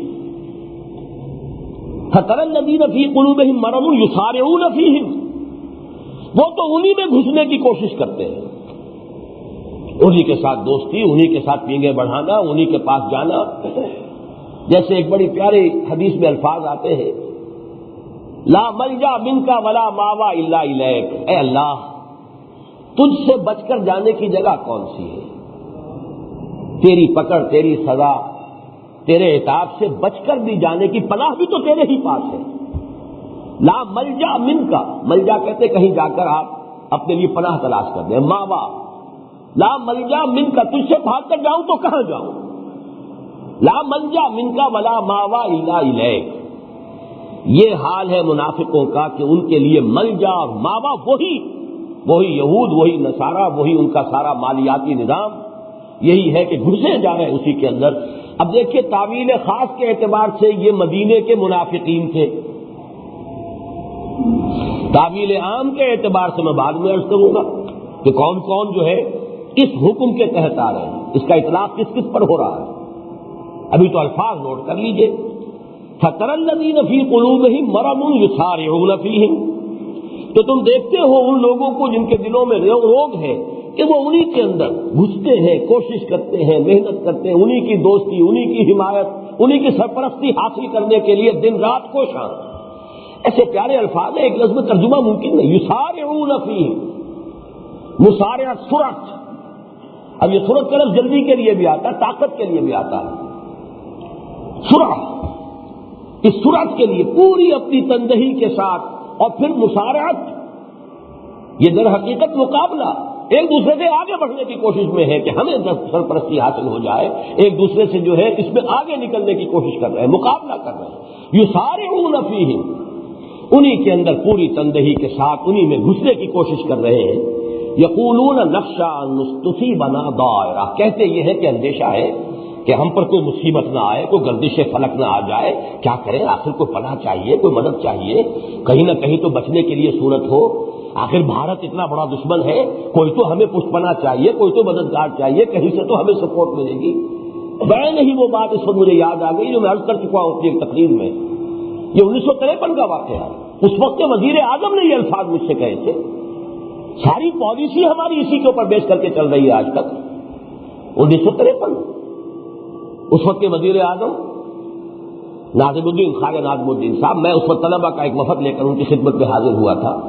اس وقت یہ ابھی سیٹو سینٹو وغیرہ، میڈو بلکہ مڈل ایسٹ ڈیفنس آرگنائزیشن، اس کی باتیں چل رہی تھی۔ تو میں نے عرض کیا یہ آپ کیا کر رہے ہیں؟ پہلے تو انہوں نے کہا بھائی دیکھیے یہ تو ملکی معاملات ہیں، آپ طالب علم ہیں، آپ کو اس سے کیا تعلق؟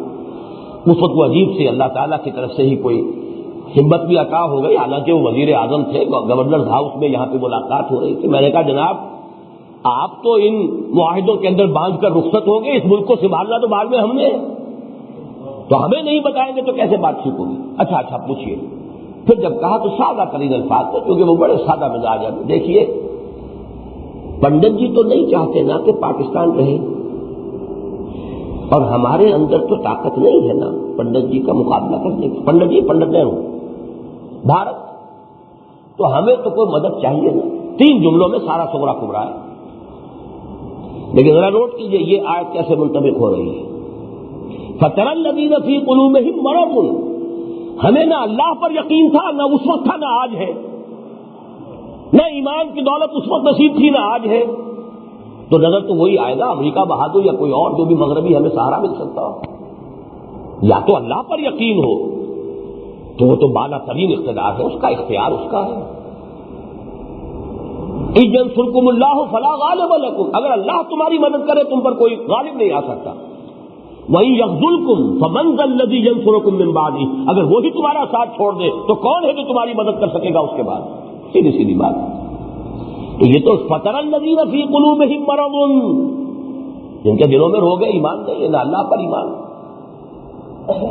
نہ اللہ کی مدد پر یقین، تو کہاں جائیں آخر؟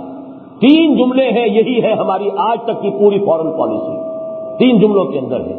یہ زیادہ یوں کہیے کہ سادہ الفاظ ہیں، ننگے الفاظ ہیں، ڈپلومیسی کی شوگر کوٹنگ کے اندر نہیں ہے، باقی بات تو یہی۔ فَتَرَى الَّذِينَ فِي قُلُوبِهِم، اور یہ تو بڑی میں پرانی بات 40 سال پرانی بات کر رہا ہوں، میں تو آج کے حوالے سے ذرا بات بعد میں کروں گا۔ تو تم دیکھو گے ان کو کہ جن کے دلوں میں روگ ہے کہ انہی میں گھستے چلے جائیں گے یا گھستے چلے جا رہے ہیں، اور کہتے کیا ہے، نقشہ تصیبنا دائرہ، ہمیں اندیشہ ہے کوئی بڑی مصیبت آ جائے، گردش فلک آ جائے، کوئی ہمارے اوپر مصیبت آ جائے، آخر ہمیں کوئی سہارا چاہیے۔ فَعَسَى اللَّهُ أَن يَأْتِيَ بِالْفَتْحِ أَوْ أَمْرٍ مِّنْ عِندِهِ، تو ہو سکتا ہے اللہ فتح لے آئے اہل ایمان کے حق میں، یا کوئی اور اللہ اپنے پاس سے کوئی ایسی بات ظاہر کر دے، فَيُصْبِحُوا عَلَىٰ مَا أَصَرُّوا فِي أَنفُسِهِمْ نَادِمِينَ، کہ پھر انہیں جو کچھ وہ اپنے دلوں میں چھپائے ہوئے ہیں اس پر ندامت کا سامنا کرنا پڑے۔ یہ ان منافقین مدینہ کے احوال کے، کیونکہ فتح قریب سی آنے والی تھی۔ یہ سورہ مائدہ کے نزول کے بعد پھر دیر کتنی رہ گئی تھی، جو میں نے ابھی عرض کیا تھا شروع میں، اذا جاء نصر اللہ والفتح ورأیت الناس يدخلون فی دین اللہ افواجا، تو اس کے بعد کیسی حالت، کیا حالت ہوا ہوگا ان منافقین کا کہ ہم کیا سمجھ رہے تھے، ہو کیا گیا؟ من درتے خیال ہے وہ فلک درتے خیال، ہم یہودیوں کا سہارا پکڑ رہے تھے، یہاں یہ کہ ان کا خلا کما ہو گیا، اللہ کے دین کا بول بالا ہو گیا۔ وَيَقُولُ الَّذِينَ آمَنُوا، اور اس روز کہیں گے اہل ایمان، أَهَٰؤُلَاءِ الَّذِينَ أَقْسَمُوا بِاللَّهِ جَهْدَ أَيْمَانِهِمْ، کیا یہ ہیں وہ لوگ جو کہ بڑی قسمیں کھا کھا کر اپنی امکانی حد تک کہا کرتے تھے کہ إِنَّهُمْ لَمَعَكُمْ، کہ وہ تمہارے ساتھ ہیں، حَبِطَتْ أَعْمَالُهُمْ، ان کے اعمال سارے ضائع ہو گئے، فَأَصْبَحُوا خَاسِرِينَ، اور وہ خسارہ پانے والے، تباہ و برباد ہونے والے بن کر رہے۔ یہ منافقین مدینہ جو ہے ان کا گویا کہ انجام، ان کی حسرت اسلام کے غلبے کے بعد یہ، اور یہی جب اسلام کا عالمی غلبہ دوبارہ ہوگا تو پھر یہی کیفیت ہوگی ان کی جو انہی شکوک و شبہات کے اندر آج مبتلا ہے۔ لیکن بہرحال وہ دور تو ہمارے سامنے ابھی موجود نہیں ہے، وہ تو مستقبل کے پردے میں مستور ہے، چھپا ہوا ہے۔ لیکن ایک مرتبہ تو یہ حقیقت جو عالم واقعہ میں سامنے آ چکی کہ اللہ کے دین کا بول بالا ہو گیا تھا۔ اب ان آیات کو سامنے رکھ کر ذرا جائزہ لیجیے، اس وقت ہم عالم اسلام اس حوالے سے کہاں کھڑے ہیں۔ یہ جو بھی نیو ورلڈ آرڈر اور عیسائیت اور یہودیت کا گٹھ جوڑ،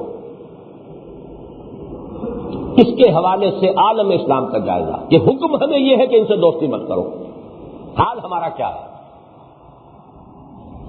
عالم اسلام کو میں چاہتا ہوں کہ پہلے اپنے ذہن میں جغرافیہ اس کا لے آئیے، اور آج سے 20 برس قبل میں نے ایک مضمون لکھا تھا حالت اعتکاف میں، جو ایک تو ہمارا چھوٹا سا کتابچہ ہے، سلسلہ اشاعت تنظیم اسلامی نمبر 2، تنظیم اسلامی کا تاریخی پس منظر، یہ بہت مختصر سا ہے، اس میں وہ مضمون موجود ہے۔ اور ابھی جو ایک نئی کتاب میری چھپی تھی، جو پچھلی گزشتہ عید الفطر کے موقع پر میں نے تقریر کی تھی، اس کے مضامین پھر نوائے وقت میں آئے، تو سابقہ اور موجودہ مسلمان امتوں کا ماضی، حال اور مستقبل اس کتاب میں بھی میں نے وہ مضامین جو ہے مزید وضاحت کے ساتھ بیان کر دیے۔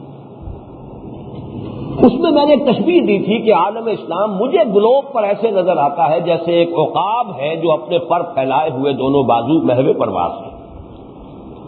عقاب کا جو اصل جسم ہے وہ ہے جزیرہ نما عرب،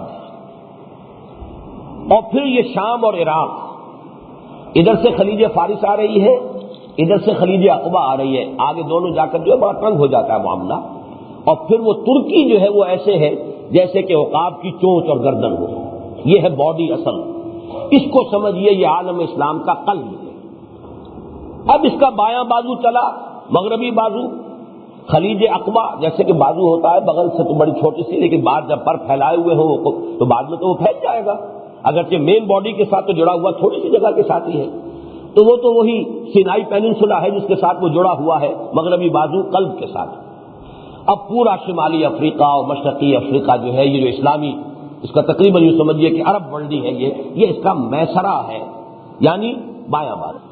ایران، افغانستان، ترکستان، ہندوستان ہوتے ہوتے یہ جاوا، سماٹرا، یہاں تک چلا گیا تھا، یہ دایاں بازو تھا، یہ میمنہ تھا۔ اس تیسرے کو ابھی ذرا نگاہ سے ہٹا دیجئے اور سب سے تلخ حقیقت جو ہے اس کا مشاہدہ کیجئے، عالم اسلام کے قلب پر یہود اور نصارہ کا پورا تسلط ہو چکا۔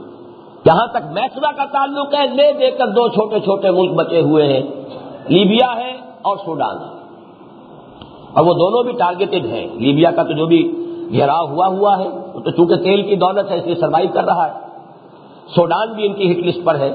سوڈان کی اہمیت زیادہ اس لیے نہیں ہے کہ وہاں جو کچھ بھی اسلام آ رہا ہے وہ کسی عوامی انقلاب کے نتیجے میں نہیں بلکہ فوجی انقلاب کے نتیجے میں ہے۔ پھر یہ کہ وہاں عیسائی جو بغاوت ہے وہ بھی موجود ہے، اس حوالے سے ان کو گھیراؤ تو کر رکھا ہے، لیکن زیادہ ان کے جو اولین ہٹ لسٹ ہے نیو ورلڈ آرڈر کی اس پر نہیں ہے۔ لیکن ان دونوں کو چھوڑ دیجئے تو پورا قلب جزیرہ نما عرب، شام اور عراق اور یہ اور ترکی اور پورا شمالی افریقہ، کل کا کل نیو ورلڈ آرڈر، یہود اور نصارہ کے تسلط میں۔ وہاں کے معاملے میں چند تلخ باتیں آپ سے عرض کر دوں۔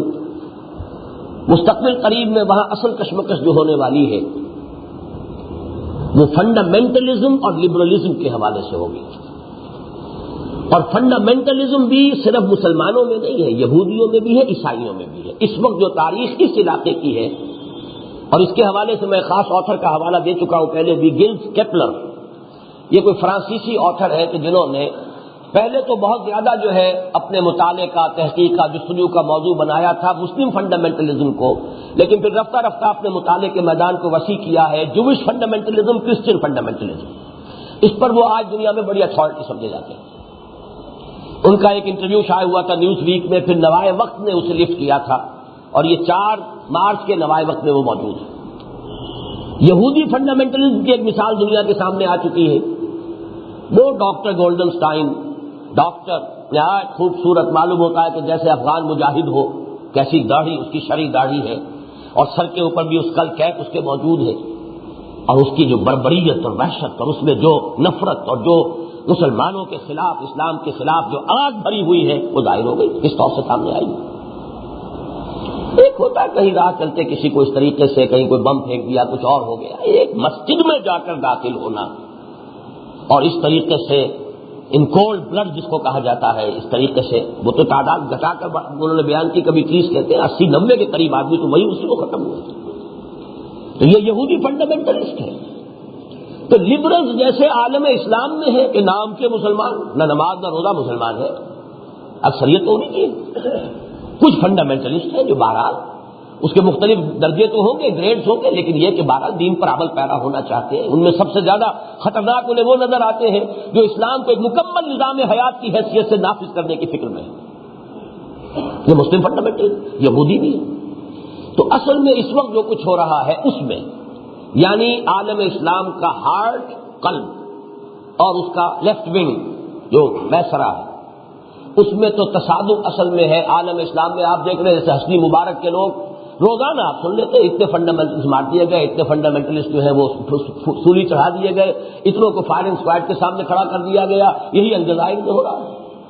ابھی زیادہ نمایاں طور پر تو انہی 2 ملکوں میں ہے، لیکن یہ بھٹی دہکے گی اور تمام مسلمان ممالک میں چونکہ ریجیمز جتنی ہیں وہ لبرلز کی ہیں اور فنڈامنٹلسٹ مسلمان ہر جگہ موجود ہیں.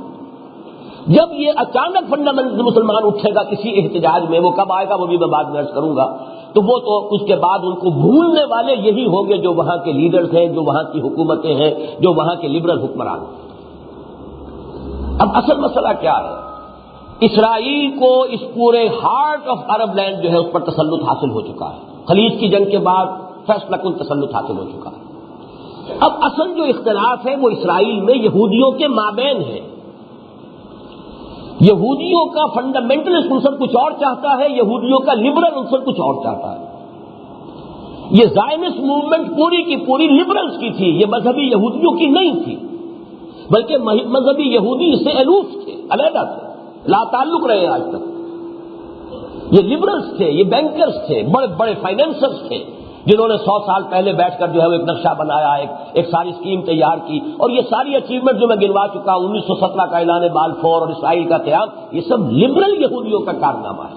مذہبی یہودی تو ابھی بیٹھا ہوا تھا، اس لیے کہ وہ انتظار میں ایک مسیح کے ہے کہ کوئی مسیح آئے گا، وہ جب دعویٰ کرے گا میں مسیح، تب ہم کھڑے ہو جائیں گے اور وہ ہمیں وہ گریٹر اسرائیل قائم کر کے دے گا. جب تک مسیح نہیں آتا، میں مثال بھی بیان کر چکا ہوں، جیسے اہل تشیع منتظر تھے کہ امام غائب جب تک ظاہر نہیں ہوتا اس وقت تک ہم کچھ نہیں کریں گے.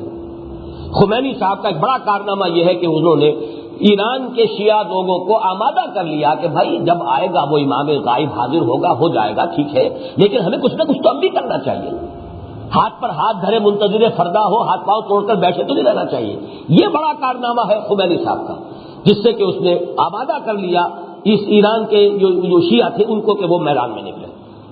بہرحال یہی مسئلہ یہودیوں کا ہے، وہ بھی اپنے مسیحا کے انتظار میں، وہ مسیحا آئے گا تو کھڑے ہوئے. لیکن اب صورت یہ ہوئی ہے کہ جب لبرلز نے انہیں ملک لے دیا، پھر اس نے سن 67 میں ایکسٹینشن کرا لی، نئی سیٹلمنٹس ہو رہی ہیں، تو جو سیٹلمنٹس ہیں ان میں زیادہ تر آ رہے ہیں کہ جو فنڈامنٹلسٹ یہودی ہیں. اب وہاں کشمکش شروع ہو چکی ہے فنڈامنٹلسٹ یہودی میں اور لبرل یہودی میں. اب اس پس منظر میں نوٹ کر لیجئے، ایک چیز پر تو ان دونوں کا اتفاق ہے، وہ یہ ہے کہ یروشلم کو کسی صورت میں بھی، کسی درجے میں، کسی پیس ٹاک میں، کسی مصالحانہ، کسی معاہدے میں شامل نہیں کرنا. اور یہی ہو رہا، یہ جو بھی کچھ ہوئی ہے پیس ٹاکس، ان میں وہ غزہ کی پٹی ہے اور یا یہ کہ یہ جریکو ہے، یروشلم کا نام ہی نہیں. وہ تو گویا کہ یاسر عرفات صاحب دے چکے، اس سے ہاتھ دھو چکے، اس پر تو قبضہ جو ہے یہودیوں کا وہ تسلیم کیا جا چکا. جب اس پوری جو ہے مفاہمت کی گفتگو میں اس کا تذکرہ ہی نہیں. دوسرے یہ کہ وہاں کوئی دن جاتے ہیں، زیادہ میں تو سمجھتا ہوں 2 سال کی بات ہے میکسیمم، کہ یہ مسجد اقصیٰ کو یہ شہید کریں گے اور اپنا ٹیمپل جو ہے اس کو بلڈ کریں گے. اس کے لیے بہانہ کوئی بھی ہو سکتا ہے، کوئی ایکسیڈنٹ بہانہ بنایا جا سکتا ہے، کوئی اتفاقی طور پر ہو گیا، یا کوئی جنونی لوگ تھے، کیا کریں، جیسے ایک جنونی نے جا کر اتنے مسلمانوں کو ہلاک کر دیا، ہم کیا کرتے، اسی طریقے سے کچھ جنونیوں نے جا کر یہ کام کر دیا. یہ تو بہت آسان کام ہے، کوئی مشکل کام تو نہیں. ایودھیا کی مسجد کو شہید کر کے انہوں نے اس کا ریہرسل کر لیا، اس کا نتیجہ بھی دیکھ لیا. کیا ہوا، چند ہزار مسلمان کھڑے ہو گئے، انہوں نے جانے دے دیا، اللہ خیر، یہی کچھ ہوگا. یہ چیزیں تو متفق علیہ ہے، یہودی چاہے وہ لبرل ہو اور چاہے فنڈامنٹلسٹ ہو. آگے ان میں ایک اختلاف ہے. لبرل یہودی جو اس وقت اسرائیل کی حکومت ان کے ہاتھ میں ہے، ان کا نقشہ یہ ہے کہ ہم صرف ایک اقتصادی بلاک بنانے پر اکتفا کریں. کیا ضرورت ہے ہمیں حکومت بنانے کی گریٹر اسرائیل؟ براہ راست حکومت کرنے سے حاصل کیا ہے؟ بھائی حکومت کا کیا حاصل کیا ہوتا ہے؟ عائش کریں، آپ کے پاس دولت آئے، وہ دولت ہم اقتصادی طور پر اس ریجن کو کنٹرول کر کے. یہ حماس کے جو نمائندے ہمارے یہاں آئے تھے، انہوں نے تقریر بھی کی تھی قرآن آڈیٹوریم میں، اگر اس کا پورا جو ایسنس تھا وہ آپ کے سامنے ہو. ان کے پیش نظر یہ ہے کہ ایک زونل پیکٹ اس کا بنا لیا جائے پورے علاقے کا. مسلمان لیبر ہے، موجود ہے، تیل موجود ہے، اس کو استعمال کیا جائے، ٹیکنیکل نو ہاؤ ہمارے پاس ہے، یہاں ٹیکنالوجی بڑھائی جائے، اس کا جو ہے ایک اقتصادی جو ہے یہاں جنت پیدا کر دی جائے، اور اس کی جو اصل جو ہے پھل وہ ہم کھائیں گے، محنت وہاں کریں گے، پانی دیں گے اور پودوں کو جو ہے سینچیں گے، وہ مسلمان کریں گے. تو اس سے آگے جا کر براہ راست حکومت قائم کرنے کی ضرورت کیا ہے؟ یہ ہے ان کا نقشہ. فنڈامنٹلسٹ اس کے لیے بےتاب ہے کہ نہیں، ہمیں تو گریٹر اسرائیل حکومت قائم کرنی. یہ تصادم ان کے مابین ہے. اب دیکھیے کب وہ فنڈامنٹلسٹ جو ہے وہ اس پوزیشن میں آتے ہیں. اس کے لیے ظاہر بات ہے کہ ان کے ہاں کسی شخص کو کھڑے ہو کر وہ مسیح ہونے کا دعویٰ کرنا پڑے گا، وہی المسیح الدجال ہوگا. مسیح وہی کہ جس کی ان کے ہاں روایت موجود تھی. حضرت سلیمان علیہ السلام کے بعد سے مسلسل جو انبیاء آئے ہیں بنی اسرائیل میں، وہ ایک پیشن گوئی کرتے رہے، ایک مسیح آئیں گے، وہ تمہارے نجات دہندہ ہوں گے. وہ مسیح آ گئے، حضرت مسیح علیہ الصلوۃ والسلام. انہوں نے رد کر دیا، مرتد قرار دیا، پھانسی پر چڑھوا دیا. اپنے بس پڑتے اللہ نے جو کیا وہ اللہ کا معاملہ، لہذا وہ پوزیشن از ویکنٹ. ابھی وہ جگہ خالی ہے نا، اسامی خالی ہے. اس خالی اسامی کو پر کرنے کے لیے کوئی یہودی فنڈامنٹلسٹ کھڑا ہو جائے گا، میں ہوں مسیحا اور میں تو اب قائم کروں گا اسرائیل کم وقت میں. یہ صرف جو ہے اقتصادی استحصال کافی نہیں ہے، ہماری باقاعدہ حکومت قائم ہونی چاہیے نیل سے فرات تک. یہ ان کا ایک خواب ہے. بہرحال یہ بھٹی وہاں گہکنے والی ہے، اور اس بھٹی ہی کا دوسرا حصہ وہ ہے جو بوسنیا سے شروع ہو چکا ہے. بوسنیا سے یہ در حقیقت کرسچن فنڈامنٹلزم کا ہے آنسلاٹ جس کا آغاز ہوا ہے. اور کس حکمت سے بات چل رہی ہے، ذرا سی نگاہیں ادھر کر لیجئے تاکہ گرازے کا ستیہ ناش کر کے پھر الٹیمیٹم دیجئے بھاگ جاؤ، واپس چلے جاؤ، نہیں جاؤ گے تو یہ کر دیں گے وہ کر دیں گے. جو کرنا تھا انہوں نے کر لیا. اب جو انہوں نے بنائے تھے کہ یہ علاقے ہیں امن کے گہوارے، انہیں ایک امن کے گہوارے کا حشر دیکھ لیا. نتیجہ کیا ہوگا؟ وہ چاہتے یہ ہے کہ ان کے پاؤں یہاں سے اکھڑ جائیں، یستفزہم من الارض، یہاں سے یہ بھاگے، جان بچا کر بھاگے نکلے. 12 اس علاقوں کو انہوں نے خالی کرانا. اور اس کے بعد ان کا اگلا ہدف جو ظاہر بات ہے کہ یورپ کی سرزمین پر استنبول اسلام بول کیسے برداشت ہوگا. اور جس طریقے سے رشین جب ان سرز کی پشت پناہی پر آ رہے ہیں، یہ نسلیت اور مذہبیت دو چیزیں جمع ہو جائیں تو اس سے زیادہ تو خطرناک شاید دنیا میں کوئی ہے نہیں. یہ ہے در حقیقت جو آنے والے حالات و واقعات ہیں اس علاقے کے. ادھر سے عیسائی آنسلاٹ ہوگا جو حدیث میں الملحمۃ العظمی جس کا حوالہ دیا گیا ہے، جو آرمگیڈون ہے عیسائی روایات میں، وہ بہت بڑی جنگ ہوگی. اور اس وقت جب یہ کہ مسجد شہید ہوگی، جو فنڈامنٹل مسلمان ہے وہ کھڑا ہوگا، وہ احتجاج کرے گا. اس کو سب سے پہلے تو اپنے حکمران بھولیں گے اور رہی صحیح کسر جو عیسائی اور یہ یہودی جو ہے کہ پوری کریں گے. یہ تو سیناریو ہے آنے والے دور کی دھندلی سی ایک تصویر دیکھ جو علامہ اقبال نے کہا تھا، کھول کر آنکھیں میرے آئینہ افکار میں آنے والے دور کی دھندلی سی تصویر دیکھ. یہ احادیث سے جو نقشہ سامنے آتا ہے، اور اب تو معلوم ہوتا ہے کہ وہ حالات جو اسٹیج ہیز بین سیٹ، وہ سارے کے سارے معاملات آنے والے ہیں. اب آ جائیے جبکہ عالم اسلام کا قلب اور میسرہ تو اس حال میں ہے، گویا کہ اب ساری توجہ جو ہے اب ہماری مرکوز ہونی چاہیے اس کے دائیں بازو کی طرف. میمنہ دایاں بازو، یہ دایاں بازو کسی زمانے میں تو مسلسل تھا. ایران، افغانستان، ترکستان کے 2 حصے تھے، روسی ترکستان ہو گیا، بعد میں چینی ترکستان ہو گیا. پہلے تو یہ ایک ہی علاقہ تھا. ہندوستان بنگال سے ہوتا ہوا، برما سے ہوتا ہوا، پھر سیدھا چلا گیا، پھر یہ جاوا، سماٹرا، بورنیو، یہ سارا علاقہ جو اب ملائیشیا اور انڈونیشیا، یہ بڑا مسلسل رائٹ ونگ تھا عالم اسلام. لیکن یہ کہ اب بھارت درمیان میں ہے، جیسے خنجر کی شکل ہے اسرائیل کی، وہ عالم اسلام کے قلب میں پیوست ہے. نقشے میں جب بھی دیکھیں گے وہ خنجر نظر آئے گا. بین ہی کشمیر کا وہ دستہ ہے اور نیچے وہی ٹرائنگل جو ہے بھارت کی، وہ اس عالم اسلام کے میمنہ کے اندر، سینے کے اندر چونکہ نصب ہے، لہذا یہ 2 حصوں میں تقسیم ہو چکا ہے. نوٹ کر لیجئے، یہ پورا جغرافیہ اپنے ذہن میں جما لیجئے. ایک حصہ وہ ہے جسے ہم کہیں گے وسط ایشیائی مسلم بلاک. اس وقت نہیں ہے بلاک کی شکل میں، پوٹینشل بلاک ہے، جب جغرافیائی اعتبار سے بلاک ہے. ایران، افغانستان، پاکستان. اور ان کے بارے میں ذرا یہ تشبیہ میرے ذہن میں آئی ہے، آپ کو بھی منتقل کر رہا ہوں، اور چونکہ اب یہ ریکارڈنگ ہو رہی ہے اس کے ذریعے سے یہ بات ہم انشاءاللہ دور دور تک پہنچائیں گے، اسی لیے بعض باتیں جو میں نے پہلے کہی ہیں دہرا رہا ہوں. نقشے پر دیکھیں گے تو پاکستان اور ایران ایسے ہیں جیسے رحل کے 2 بازو ہوتے ہیں، اور جیسے اس کے اندر قرآن رکھا ہوتا ہے ایسے افغانستان جو ہے اس رحل کے اندر رکھا ہوا ہے. یا یوں کہ یہ 2 بازوؤں کے درمیان گود میں پاکستان اور ایران کی گود میں افغانستان ہے. اور جیسے افغان کا جو ہے اوپر پگڑ بہت بڑا ہوتا ہے، ضمیر جعفری صاحب کا شعر کوئی صاحب مجھے یاد کرا دے، بڑا پیارا شعر تھا افغان کے بارے میں کہ سر پہ لیے پھرتا ہے پورا افغانستان. اتنی بڑی پگڑی باندھی ہوتی ہے کہ پورا افغانستان معلوم ہوتا ہے کہ سر تو اٹھائے پھر رہا ہے. تو وہ جو پگڑی ہے ان 3 ملکوں کے اوپر، وہ ترکستان کے وہ علاقے ہیں، یہ سب شمال میں ہمارے. کہیں وہ ترا بڑا نکل گیا ہے، قازقستان جو ہے وہ بہت دور تک نکل گیا ہے، باقی زیادہ تر علاقے جو ہیں وہ تو افغانستان کے، کچھ ایران کے شمال میں واقع ہیں۔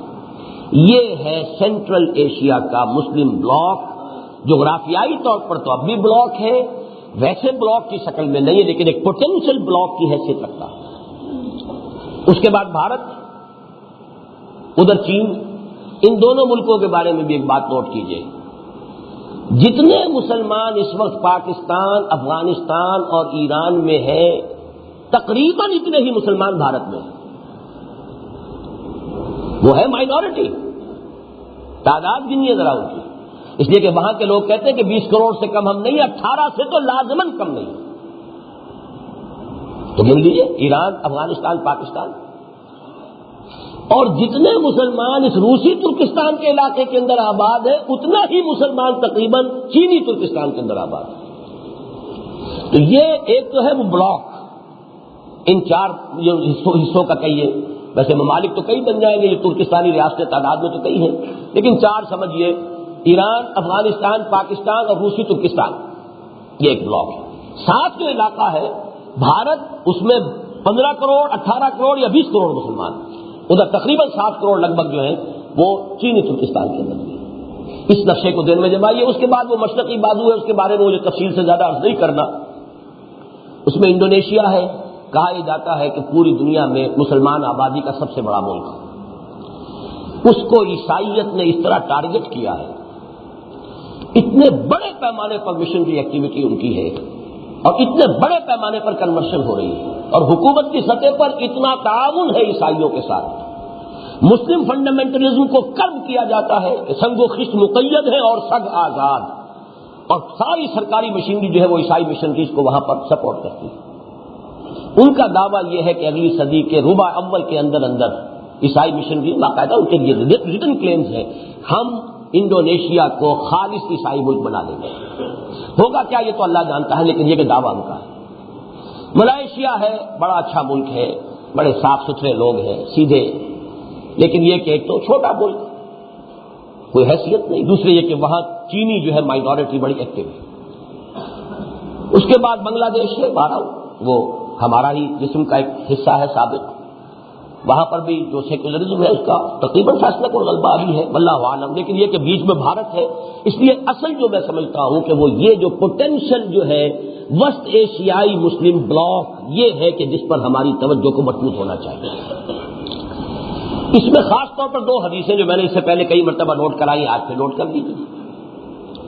ایک تو وہ حدیث کہ جو سنن ابن ماجہ میں ہے، حضرت عبداللہ ابن حارث رضی اللہ تعالی عنہ سے، کہ حضور نے فرمایا صلی اللہ علیہ وسلم، یخرج ناس من المشرق یؤطئون للمہدی یعنی سلطانہ، مشرق سے لوگ آئیں گے، نکلیں گے، جو جب وہاں پہ بھٹی دہکے گی مڈل ایسٹ میں، اور وہاں پر مسلمانوں کی قیادت ایک صاحب کے ہاتھ میں ہوگی جن کے بارے میں پیشن گوئیاں ہیں، وہ مہدی کا لفظ جو ہے اس سے وہ شیعوں والے مہدی کو آپ قیاس نہ کیجئے، بہرحال مسلمانوں کے قائد ہوں گے، اللہ عطا فرمائیں گے، خون اسرائیل آ جاتا ہے آخر جوش میں، توڑ دیتا ہے کوئی موسیٰ طلسم سامری، تو خون اسماعیل محمد الرسول اللہ صلی اللہ علیہ وسلم، دودھ محمد صلی اللہ علیہ وسلم میں سے اللہ اٹھا دے گا کسی، وہ کوئی امام غائب نہیں ہے جو حاضر ہوں گے، اس وقت پیدا ہوں گے، ہو سکتا ہے پیدا ہو چکے ہوں، اور اس لیے کہ اب دور نہیں ہے معاملہ۔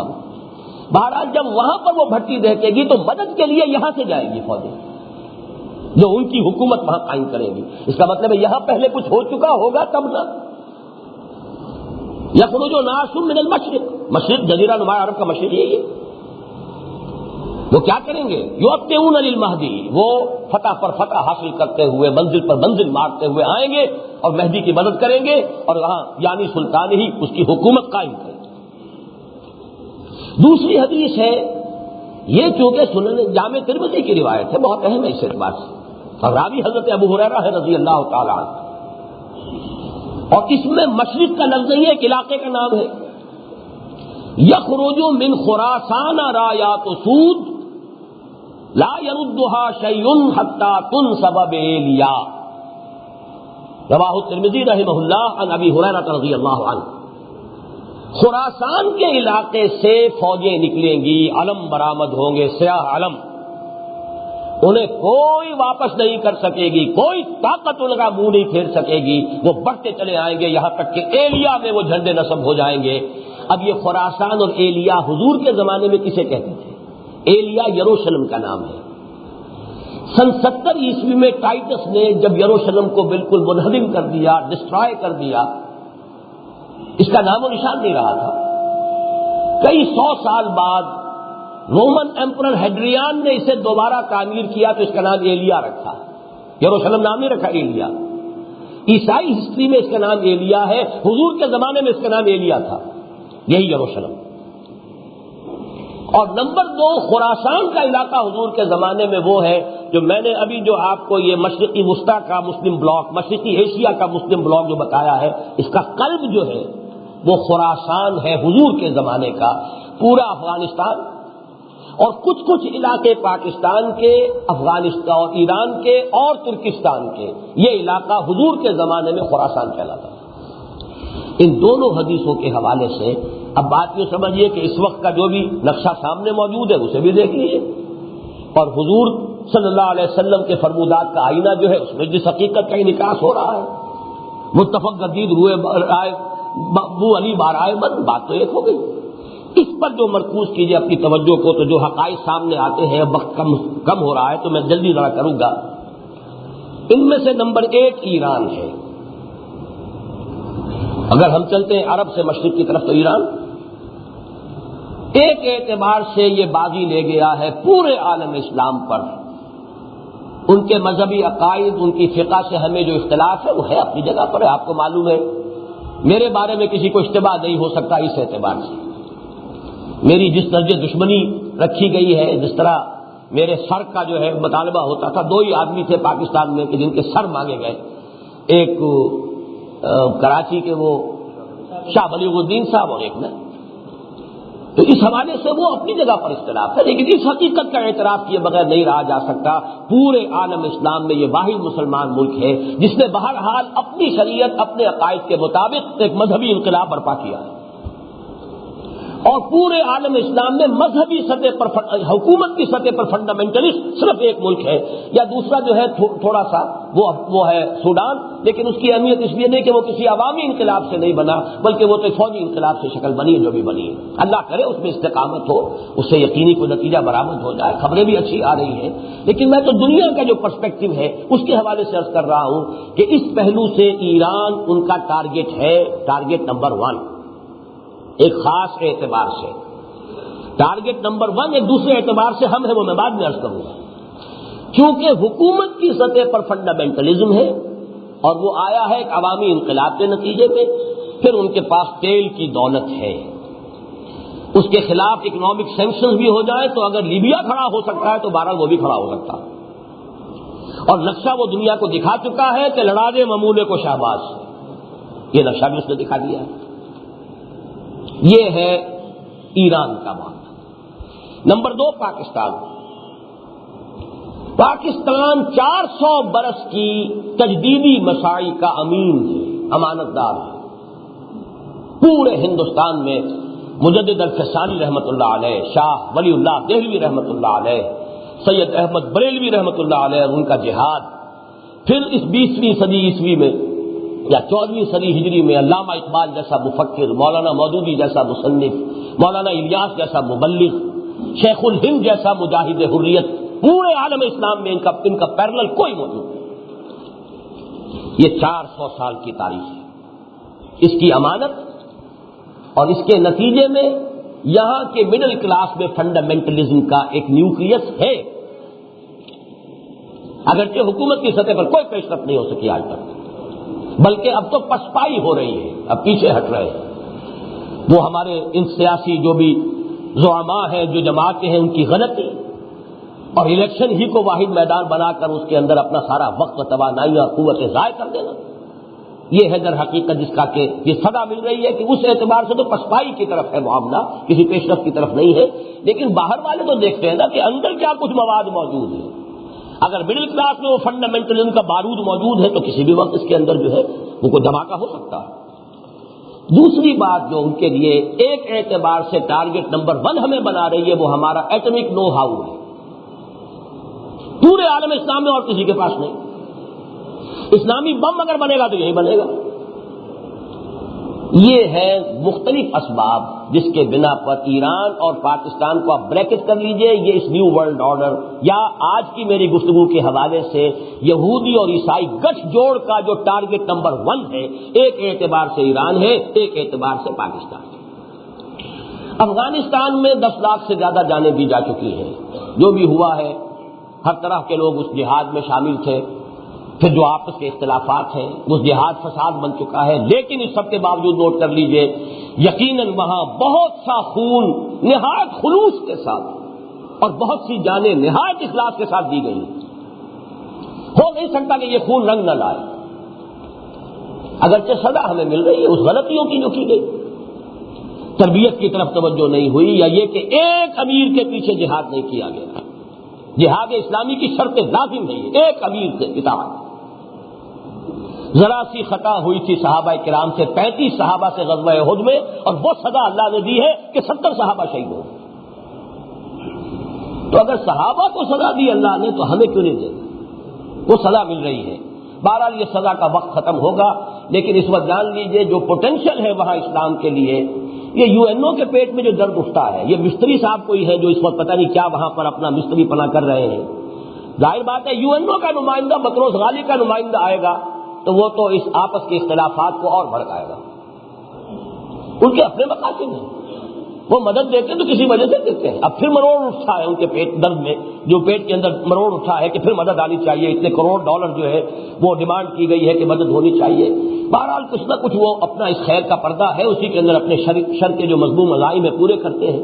لیکن یہ کہ افغانستان کا مسئلہ یہ ہے، پاکستان اور ایران کے درمیان مفاہمت ہو جائے تو گود میں افغانستان رکھا ہے. پھر یہ کہ وہاں کا معاملہ بھی سلجھنے کا اور حل ہونے کا امکان زیادہ ہو جائے گا. اور اگر ان دونوں کے درمیان کے بھی کوئی مفاہمت نہیں ہوتی تو کوئی امکان نہیں.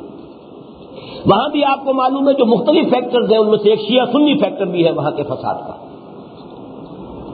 باقی رہ گئے جو اوپر کے شمالی علاقے ہیں، وہ قازقستان سے لے کر اور آذربائیجان وغیرہ کے علاقوں تک. یہ ظاہر بات ہے کہ ان کے بارے میں تو میں نے بات آپ کو بتائی تھی. ڈاکٹر جاوید اقبال صاحب نے مجھے ایک ملاقات میں بتایا تھا، جہاں میں گیا وہ کہتے ہیں کہ وی نیڈ اے ماڈل. ظاہر بات ہے کہ 70 برس گزرے، ان کی جو بھی ذہنی جو بھی ان کی تبدیلی آئی ہے، برین واشنگ ہوئی ہے، وہ اسلام وغیرہ سے کتنے کچھ اب واقف رہ گئے ہیں، وہ سب کو معلوم ہے، اس کو بتانے کی ضرورت نہیں. پھر بھی وہ چاہتے ہیں کہ اسلام کا کوئی ماڈل تو پیش کرو نا ہمارے سامنے. ان کے یہ الفاظ نقل کیے تھے ڈاکٹر جاوید اقبال نے، Saudi model is not acceptable to us because it is based on monarchy. اسلام کے نام سے تو یا تو سعودی عرب کے اندر کوئی حکومت ہے، کوئی قوانین وغیرہ شریعت کے ہیں، تو وہ تو ہمیں اس لیے قابل قبول نہیں، وہ بادشاہت ہے. And Iranian model is also not acceptable to us because it is based on theocracy. یہ ایک مذہبی طبقے کی حکومت ہے، یہ بھی ہمارے لیے ناقابل قبول. تو کوئی ماڈل چاہیے. بہرحال یہ ہے وہ کیفیت ان کی. اور اس وقت جو کچھ مستری صاحب کرتے پھر رہے وہاں پر، مجھے تو اقبال کے وہ شعر یاد آیا کہ افغانیوں کی غیرت دی کا ہے یہ علاج، ملا کو ان کے کوہ دمن سے نکال دو. یہ جو بھی ابلیس کی جو بھی ہدایت تھی تو شاید وہی کچھ کر رہے ہوں کہ یہ جو بھی فنڈامنٹلسٹ ہیں ان سے کسی طریقے سے قیادت چھین کر، بہرحال اس میں جو بھی غلطیاں خامیاں کوتاہیاں خود ان کی ہیں وہ اپنی جگہ پر ہے. سارا الزام شیطان پر نہ ڈالیے، ہمارے اپنے کرتوت جو ہے وہ اپنی جگہ پر ہے. لیکن یہ کہ یہ ایک مختصر جائزہ ہے جو میں نے آپ کے سامنے رکھ دیا ہے. اس کے بعد مشرق میں چلیے، چین میں آپ کو بتا چکا ہوں. چین کے بارے میں البتہ چند اور حقائق میں آپ کو نوٹ کرا دینا چاہتا ہوں. نمبر 1، بہت بڑی طاقت ہے، بہت بڑی ایٹمک پاور ہے، اور اس نیو ورلڈ آرڈر کے لیے a hard nut to crack and a head ایک، ابھی تک وہ مسئلہ قائم ہے. نظام کے اعتبار سے وہاں صورت یہ بن گئی ہے کہ ایک نظام کو چھوڑ کر آ تو رہے ہیں رفتہ رفتہ، لیکن کوئی چونکہ دوسرا نظام سامنے ہے نہیں، لا محالہ ان کی پیش رفت بھی پھر وہی مغرب کا جو بھی نظام ہے سودی اسی کی طرف ہوگی، اس لیے دوسرا ماڈل کوئی موجود نہیں. لیکن یہ وقت ہے اصل میں کہ اگر کوئی ماڈل ان کے سامنے آ جائے تو مجھے بتائیے کس دلیل سے وہ اس کو اختیار نہیں کریں گے. کوئی متوازن معیشت کا نظام جس میں وہ سرمایہ داری نہ ہو لیکن کچھ آزادی بھی ہو، کچھ انسان کی جو بنیادی جبلت ہے اس کے تقاضوں کا بھی لحاظ رکھا گیا۔ آج جب میں یہ نوٹس بنا رہا تھا مجھے واقعہ یاد آیا مولانا عبید اللہ سندھی رحمۃ اللہ علیہ کا۔ دیکھیے کس طرح تاریخ اپنے آپ کو دہرا رہی ہے۔ اس وقت ایک چڑھتی آندھی تھی، یہ سوشلزم اور کمیونزم کا انقلاب آیا تھا 1917 میں، اور تقریباً 1920 کے آس پاس مولانا عبید اللہ سندھی جو ہے وہ پہنچے ہیں روس، اس لیے کہ جیسے حضرت شیخ الہند کو گرفتار کر دیا تھا شریف حسین والی مکہ نے، اور گرفتار کر کے انگریزوں کی خدمت میں پیش کر دیا، یہی حشر ان کا ہونے والا تھا، اس لیے کہ حضرت شیخ الہند کے نمائندے کی حیثیت گئے تھے وہاں سے مدد لینے کے لیے۔ انہیں بر وقت اطلاع مل گئی، وہ روس کا بارڈر کراس کر کے روس کی طرف چلے گئے۔ ہندوستان میں تو آ نہیں سکتے تھے، وہ تو غدار تھے، باغی تھے انگریز کے۔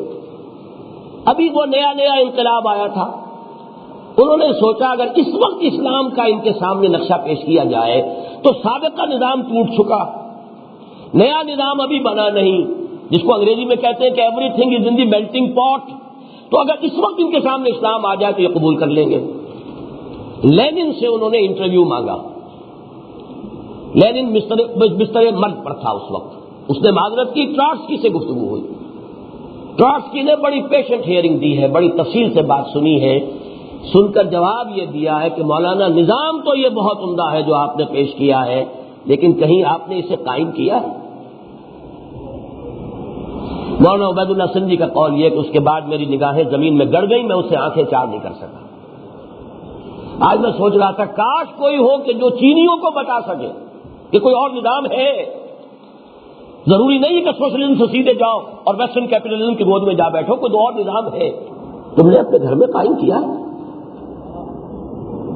جب تک وہ ماڈل نہ ہو، یعنی وہ دور وہ تھا جب کہ یہ انقلاب ابھی آگے بڑھ رہا تھا، جس کو کہا تھا کسی نے، مولانا ظفر علی خان نے، کہ ایک جھوٹ کا چلتا جھکڑ ہے، ایک مکر کی اٹھتی آندھی ہے، تو وہ جھکڑ یا آندھی ابھی اٹھ رہی تھی اس وقت وہ واقعہ ہوا۔ آج یہ معاملہ یہ ہے کہ کم سے کم رشیا تو خیر اس معاملے سے کہ وہ تو ویسٹ کی گود میں گیا، اس کا معاملہ جو ہے وہ بالکل اس مسئلے میں، لیکن مشرق میں چین کی ایک طاقت ایسی موجود ہے، ابھی وہ پسپائی کچھ کر رہی ہے، رک کر، اگر اس وقت کہیں پیش ہو، لیکن کوئی ماڈل سامنے آ جائے۔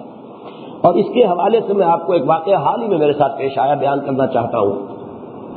ایک کیپٹن شفقت اللہ صاحب ہے جو فوج میں تھے، بہت سینئر آدمی، اور اس وقت ان پر اسلامی جذبہ اتنا غالب ہوا کہ فوج کی سروس چھوڑ کر وہ مڈل ایسٹ میں رہ گئے، اور مفتی امین الحسینی کے ساتھ انہوں نے بہت وقت صرف کیا۔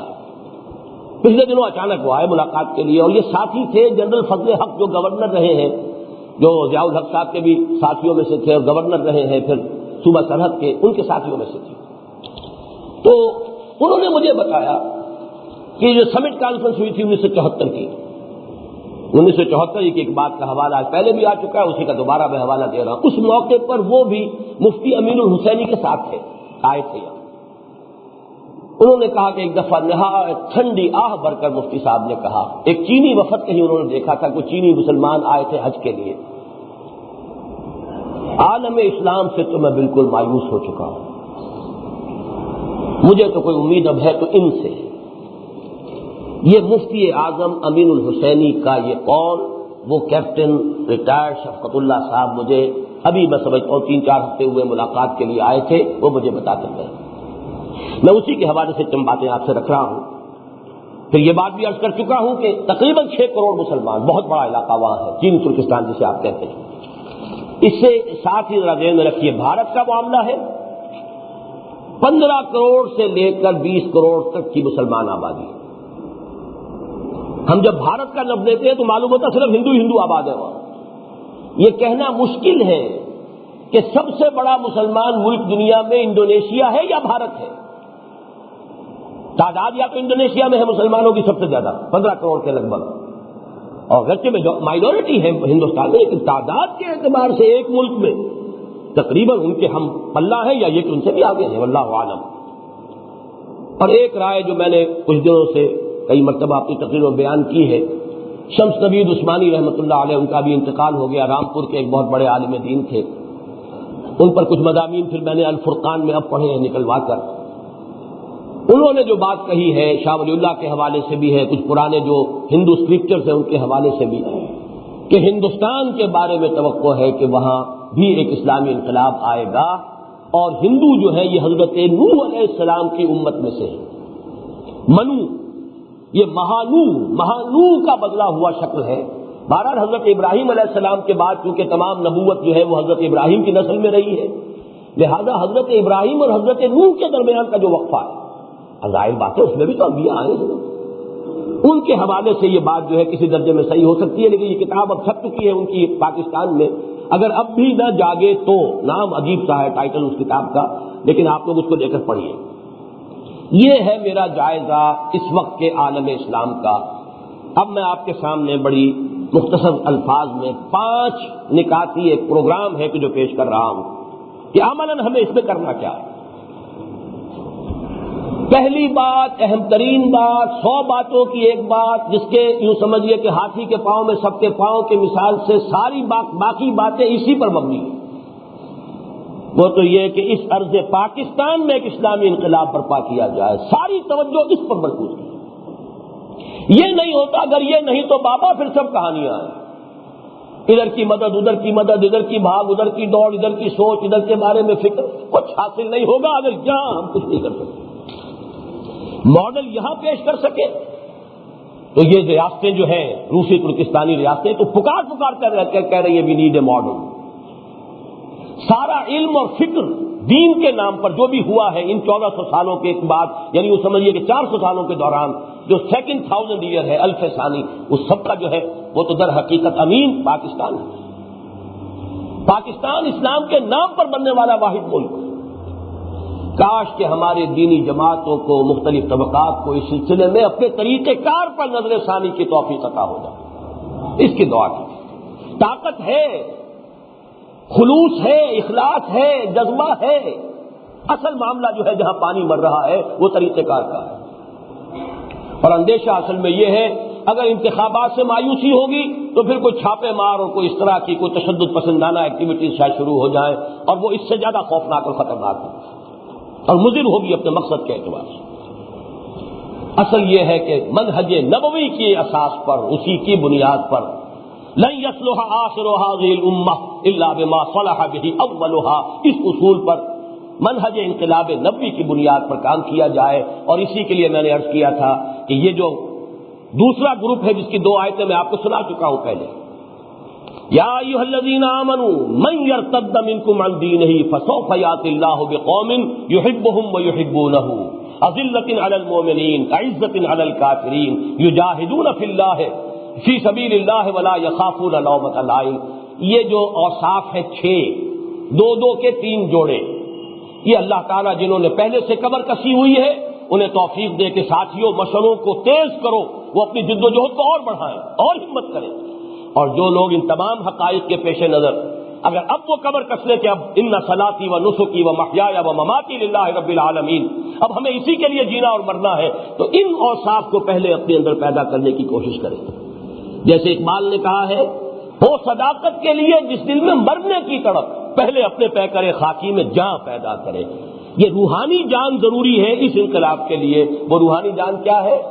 اللہ ان سے محبت کرے گا، وہ اللہ سے محبت کرے۔ جائزہ لیں، ساری محبتوں میں ٹاپ پر اللہ کی محبت ہے یا نہیں؟ مال، اولاد، جان، جائیداد، پروفیشن، جو بھی کچھ ہے، ان سب سے اوپر محبت اللہ کی ہے تو فرسٹ کوالیفیکیشن پوری ہو گئی۔ اور یہ نہیں ہے تو یہیں فیل ہو گئے تو آگے بڑھنے کی ضرورت ہی نہیں۔ اذلۃ علی المؤمنین اعزۃ علی الکافرین، اہل ایمان کے حق میں بہت نرم اور کافروں کے حق میں بہت سخت ہو۔ حلقہ 11 تو برے شم کی طرح نرم، اور رزم حق و باطل ہو تو فولاد ہے مومن۔ کل ہی شاید یہاں حدیث صبح بیان کی گئی، من احب للہ وابغض للہ واعطى للہ ومنع للہ فقد استکمل الایمان۔ محبت کرو تو صرف اللہ کے لیے محبت کرو، کسی سے دشمنی ہے تو اللہ کے لیے ہو، اپنی کسی ذات کی رنجش کی بنا پر نہ ہو، دین کے لیے ہو، بغض ہو، نفرت ہو، دین کی وجہ سے ہو، تعلق کا انقطاع ہو، دین کی وجہ سے ہو، مبارک ہے، لیکن اور کسی وجہ سے نہیں۔ کسی سے کچھ روکا جائے تو اس لیے کہ اللہ کو اس کا روکنا پسند ہے، کسی کو کچھ دیا جائے تو اس لیے کہ اللہ کو اس کا دینا پسند ہے۔ یہ کیفیت ہو جائے تو ایمان کی تکمیل ہوتی ہے۔ تیسرا، یجاہدون فی سبیل اللہ ولا یخافون لومۃ لائم، اللہ کی راہ میں جہاد کرے اور کسی ملامت کرنے والے کی ملامت سے نہ ڈرے۔ چاہے وہ باپ ہو، چاہے وہ بڑا بھائی ہو، چاہے وہ ماں ہو، چاہے وہ بیوی ہو، کرنا ہے، لگانا ہے اپنے آپ کو اللہ کے دین کے لیے، کوئی راضی ہو چاہے ناراض ہو۔ جب تک یہ شکلیں نہیں ہوتی، یہ 6 اوصاف ہے، 2 کے 3 جوڑے، یحبہم و یحبونہ، اذلۃ علی المؤمنین اعزۃ علی الکافرین، یجاہدون فی سبیل اللہ ولا یخافون لومۃ لائم۔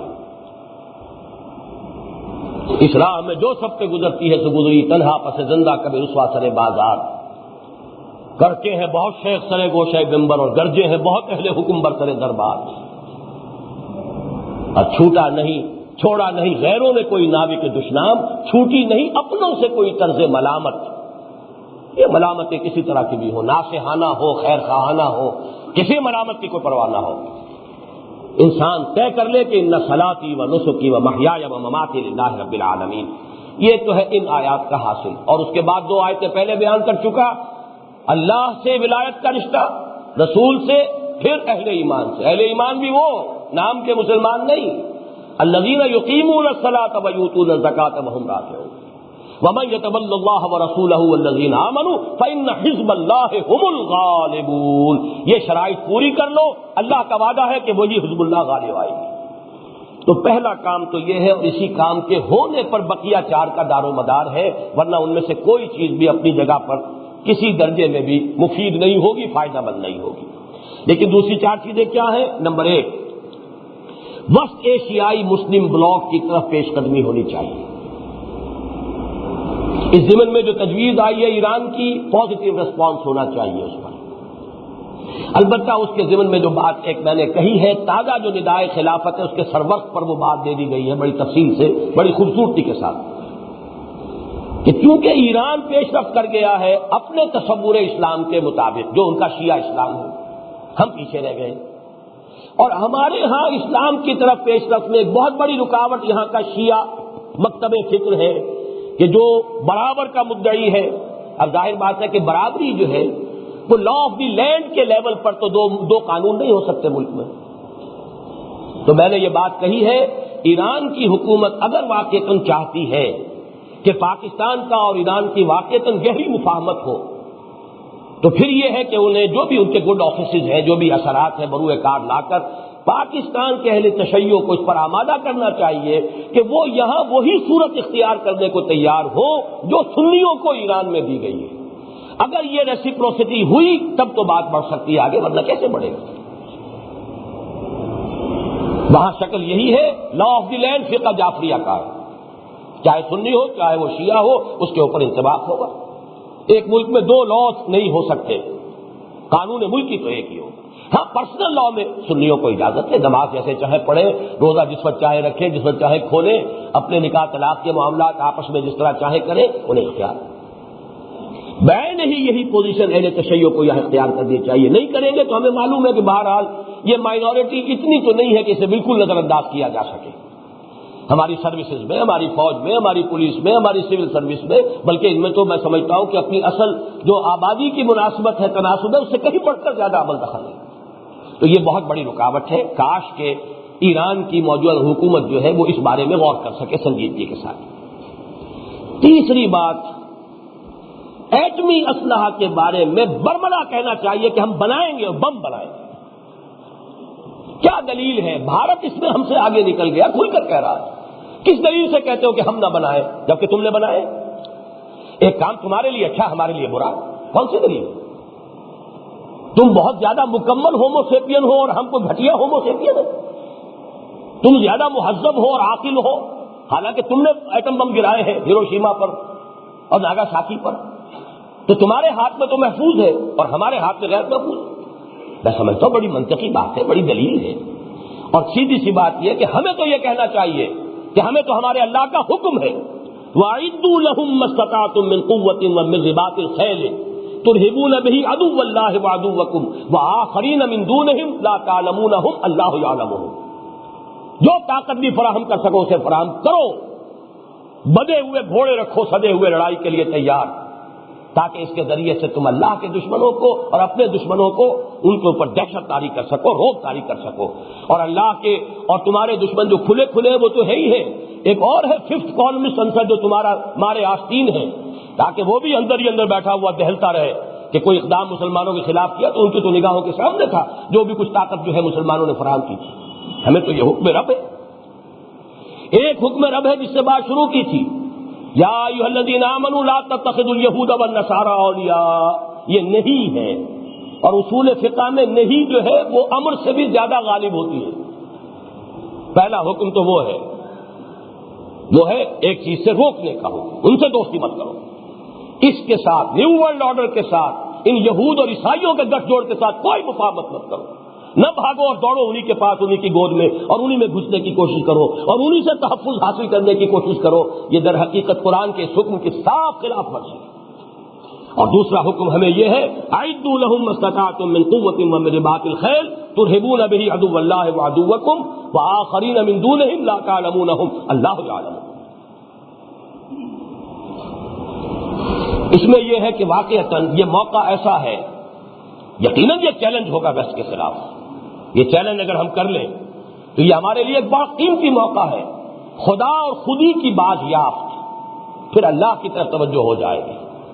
دنیا کے سہارے جب جواب دیں گے تو اللہ کی طرف لامحالہ توجہ ہو جائے، جب تمام ڈاکٹر اور معالج اور سب جواب دیتے ہیں تب اللہ کی جناب میں گر گڑاتا ہے انسان، اے اللہ اب تو صرف تیرے ہاتھ میں، میرے سارے سہارے تو جواب دے گئے، لہذا یہ دنیا کے سہارے اگر ہمیں جواب دے جائیں تو تو نے اچھا ہی کیا دو سہارا نہ دیا، مجھ کو لغزش کی ضرورت تھی سنبھلنے کے لیے، ہمیں تو سنبھلنے کے لیے اور خدا کو دوبارہ یاد کرنا اور خودی کی باز یافت۔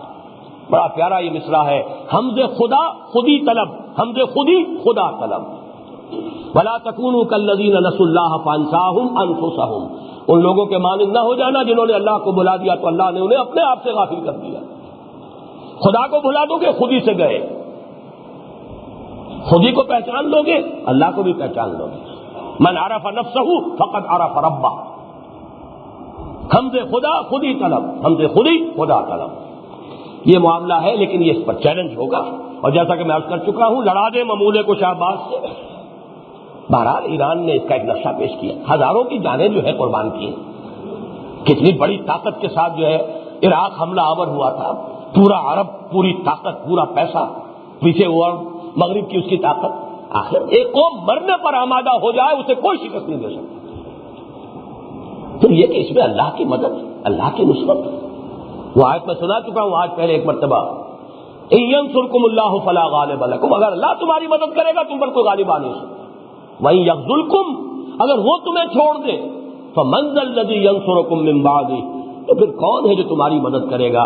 اس امریکہ بہادر نے، کل مجھے بڑا پیارا جملہ معلوم ہوا عابدہ حسین کا، وہ اخبار میں سرخی سی تھی، آج بھی پاکستانی یہی سمجھتا ہے کہ امریکہ بادشاہ مدد کرے گا، یہ ہماری نفسیات کا جز بن چکا ہے، امریکہ بادشاہ مدد کرے گا۔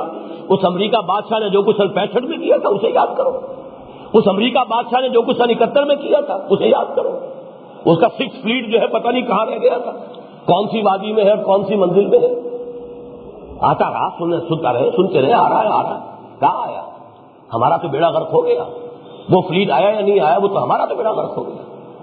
تاریخ انسانی کی بدترین شکست ہمارے قلم کا ٹیکا تو بڑی مار چکا، 93,000 ہمارا کڑیل، چاہے وہ جرنیل تھے اور چاہے وہ سپاہی تھے، وہ ہندو کے قیدی بنے کہ جن کے لیے یوں سمجھیے کہ جن پر کہیں 1000 برس، کہیں 800، کہیں 600 برس ہم نے حکومت کی تھی۔ بہرحال چوتھی چیز چین کے ساتھ دوستی اور مفاہمت، اس میں مجھے کچھ زیادہ کہنے کی ضرورت نہیں ہے، میں پہلے عرض کر چکا ہوں، لیکن اس میں اس لیے زیادہ کہنے کی ضرورت نہیں کہ یہ ہماری تاریخ کا اسی طرح سے ایک جز بن گیا ہے کہ اس کے خلاف کسی کا ذہن نہیں ہوگا۔ عارضی طور پر جو شکل پیدا ہوئی ہے وہ یقیناً بہرحال اس وقت کے لیے ہمارے لیے اگر ہم اس سے جاگ جائیں تو وہ بھی ایک بڑی ہمارے لیے ایک نعمت ثابت ہو سکتی ہے کہ اس کا جو بھی گرم جوشانہ ہماری تائید تھی کشمیر کے مسئلے پر وہ آج نہیں رہی۔ جو کچھ ہوا ہے ہماری اس قرارداد کا حشر ہوا ہے جو سبکی ہوئی ہے پاکستان کی۔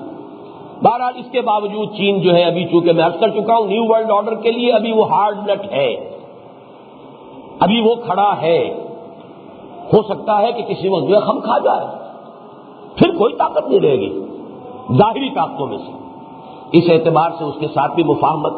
آخری بات جس کے لیے اب وقت نہیں ہے میں صرف اشارہ کر رہا ہوں بھارت کا مسئلہ ہمارے لیے ہماری نفسیات کے اعتبار سے، ویسے تو وہ نفسیات تقریباً 1000 سالہ پرانی نفسیات ہے، جس کا کہ مظاہرہ ہوا تھا، جیسا کہ آج بھی میرا جو مضمون چھپا ہے جنگ میں، اندرا گاندھی کا وہ قول میں نے نقل کیا ہے، we have avenged our 1000 years defeat، 1000 سالہ شکست کا بدلہ چکایا ہے۔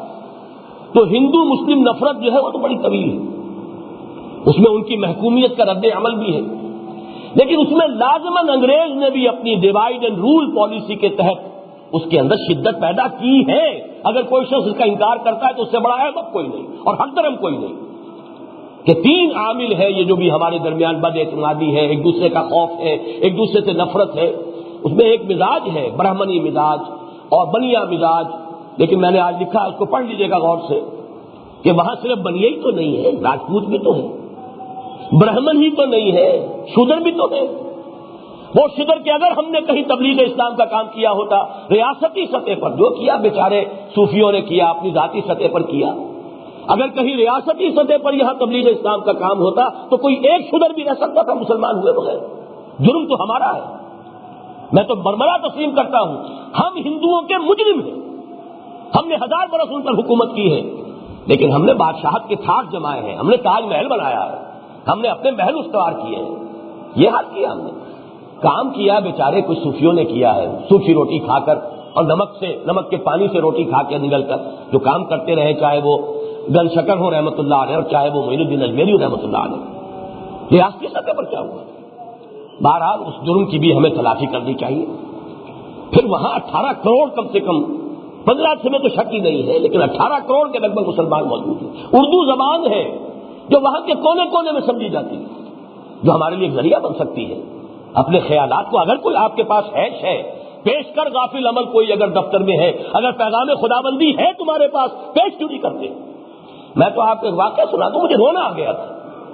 بامبے میں مجھے ایک صاحب نے خط دکھایا جو مرہٹی زبان میں اب ترجمہ کر رہے ہیں قرآن مجید کا، کہ ایک بڑی ہائیلی ایجوکیٹڈ ہندو عورت کا خط آیا، اور اس نے اس میں یہ لکھا، جب اس کے سامنے وہ قرآن کا ترجمہ آیا، آپ لوگ کہاں اس کتاب کو آج تک چھپا کر بیٹھے ہوئے تھے؟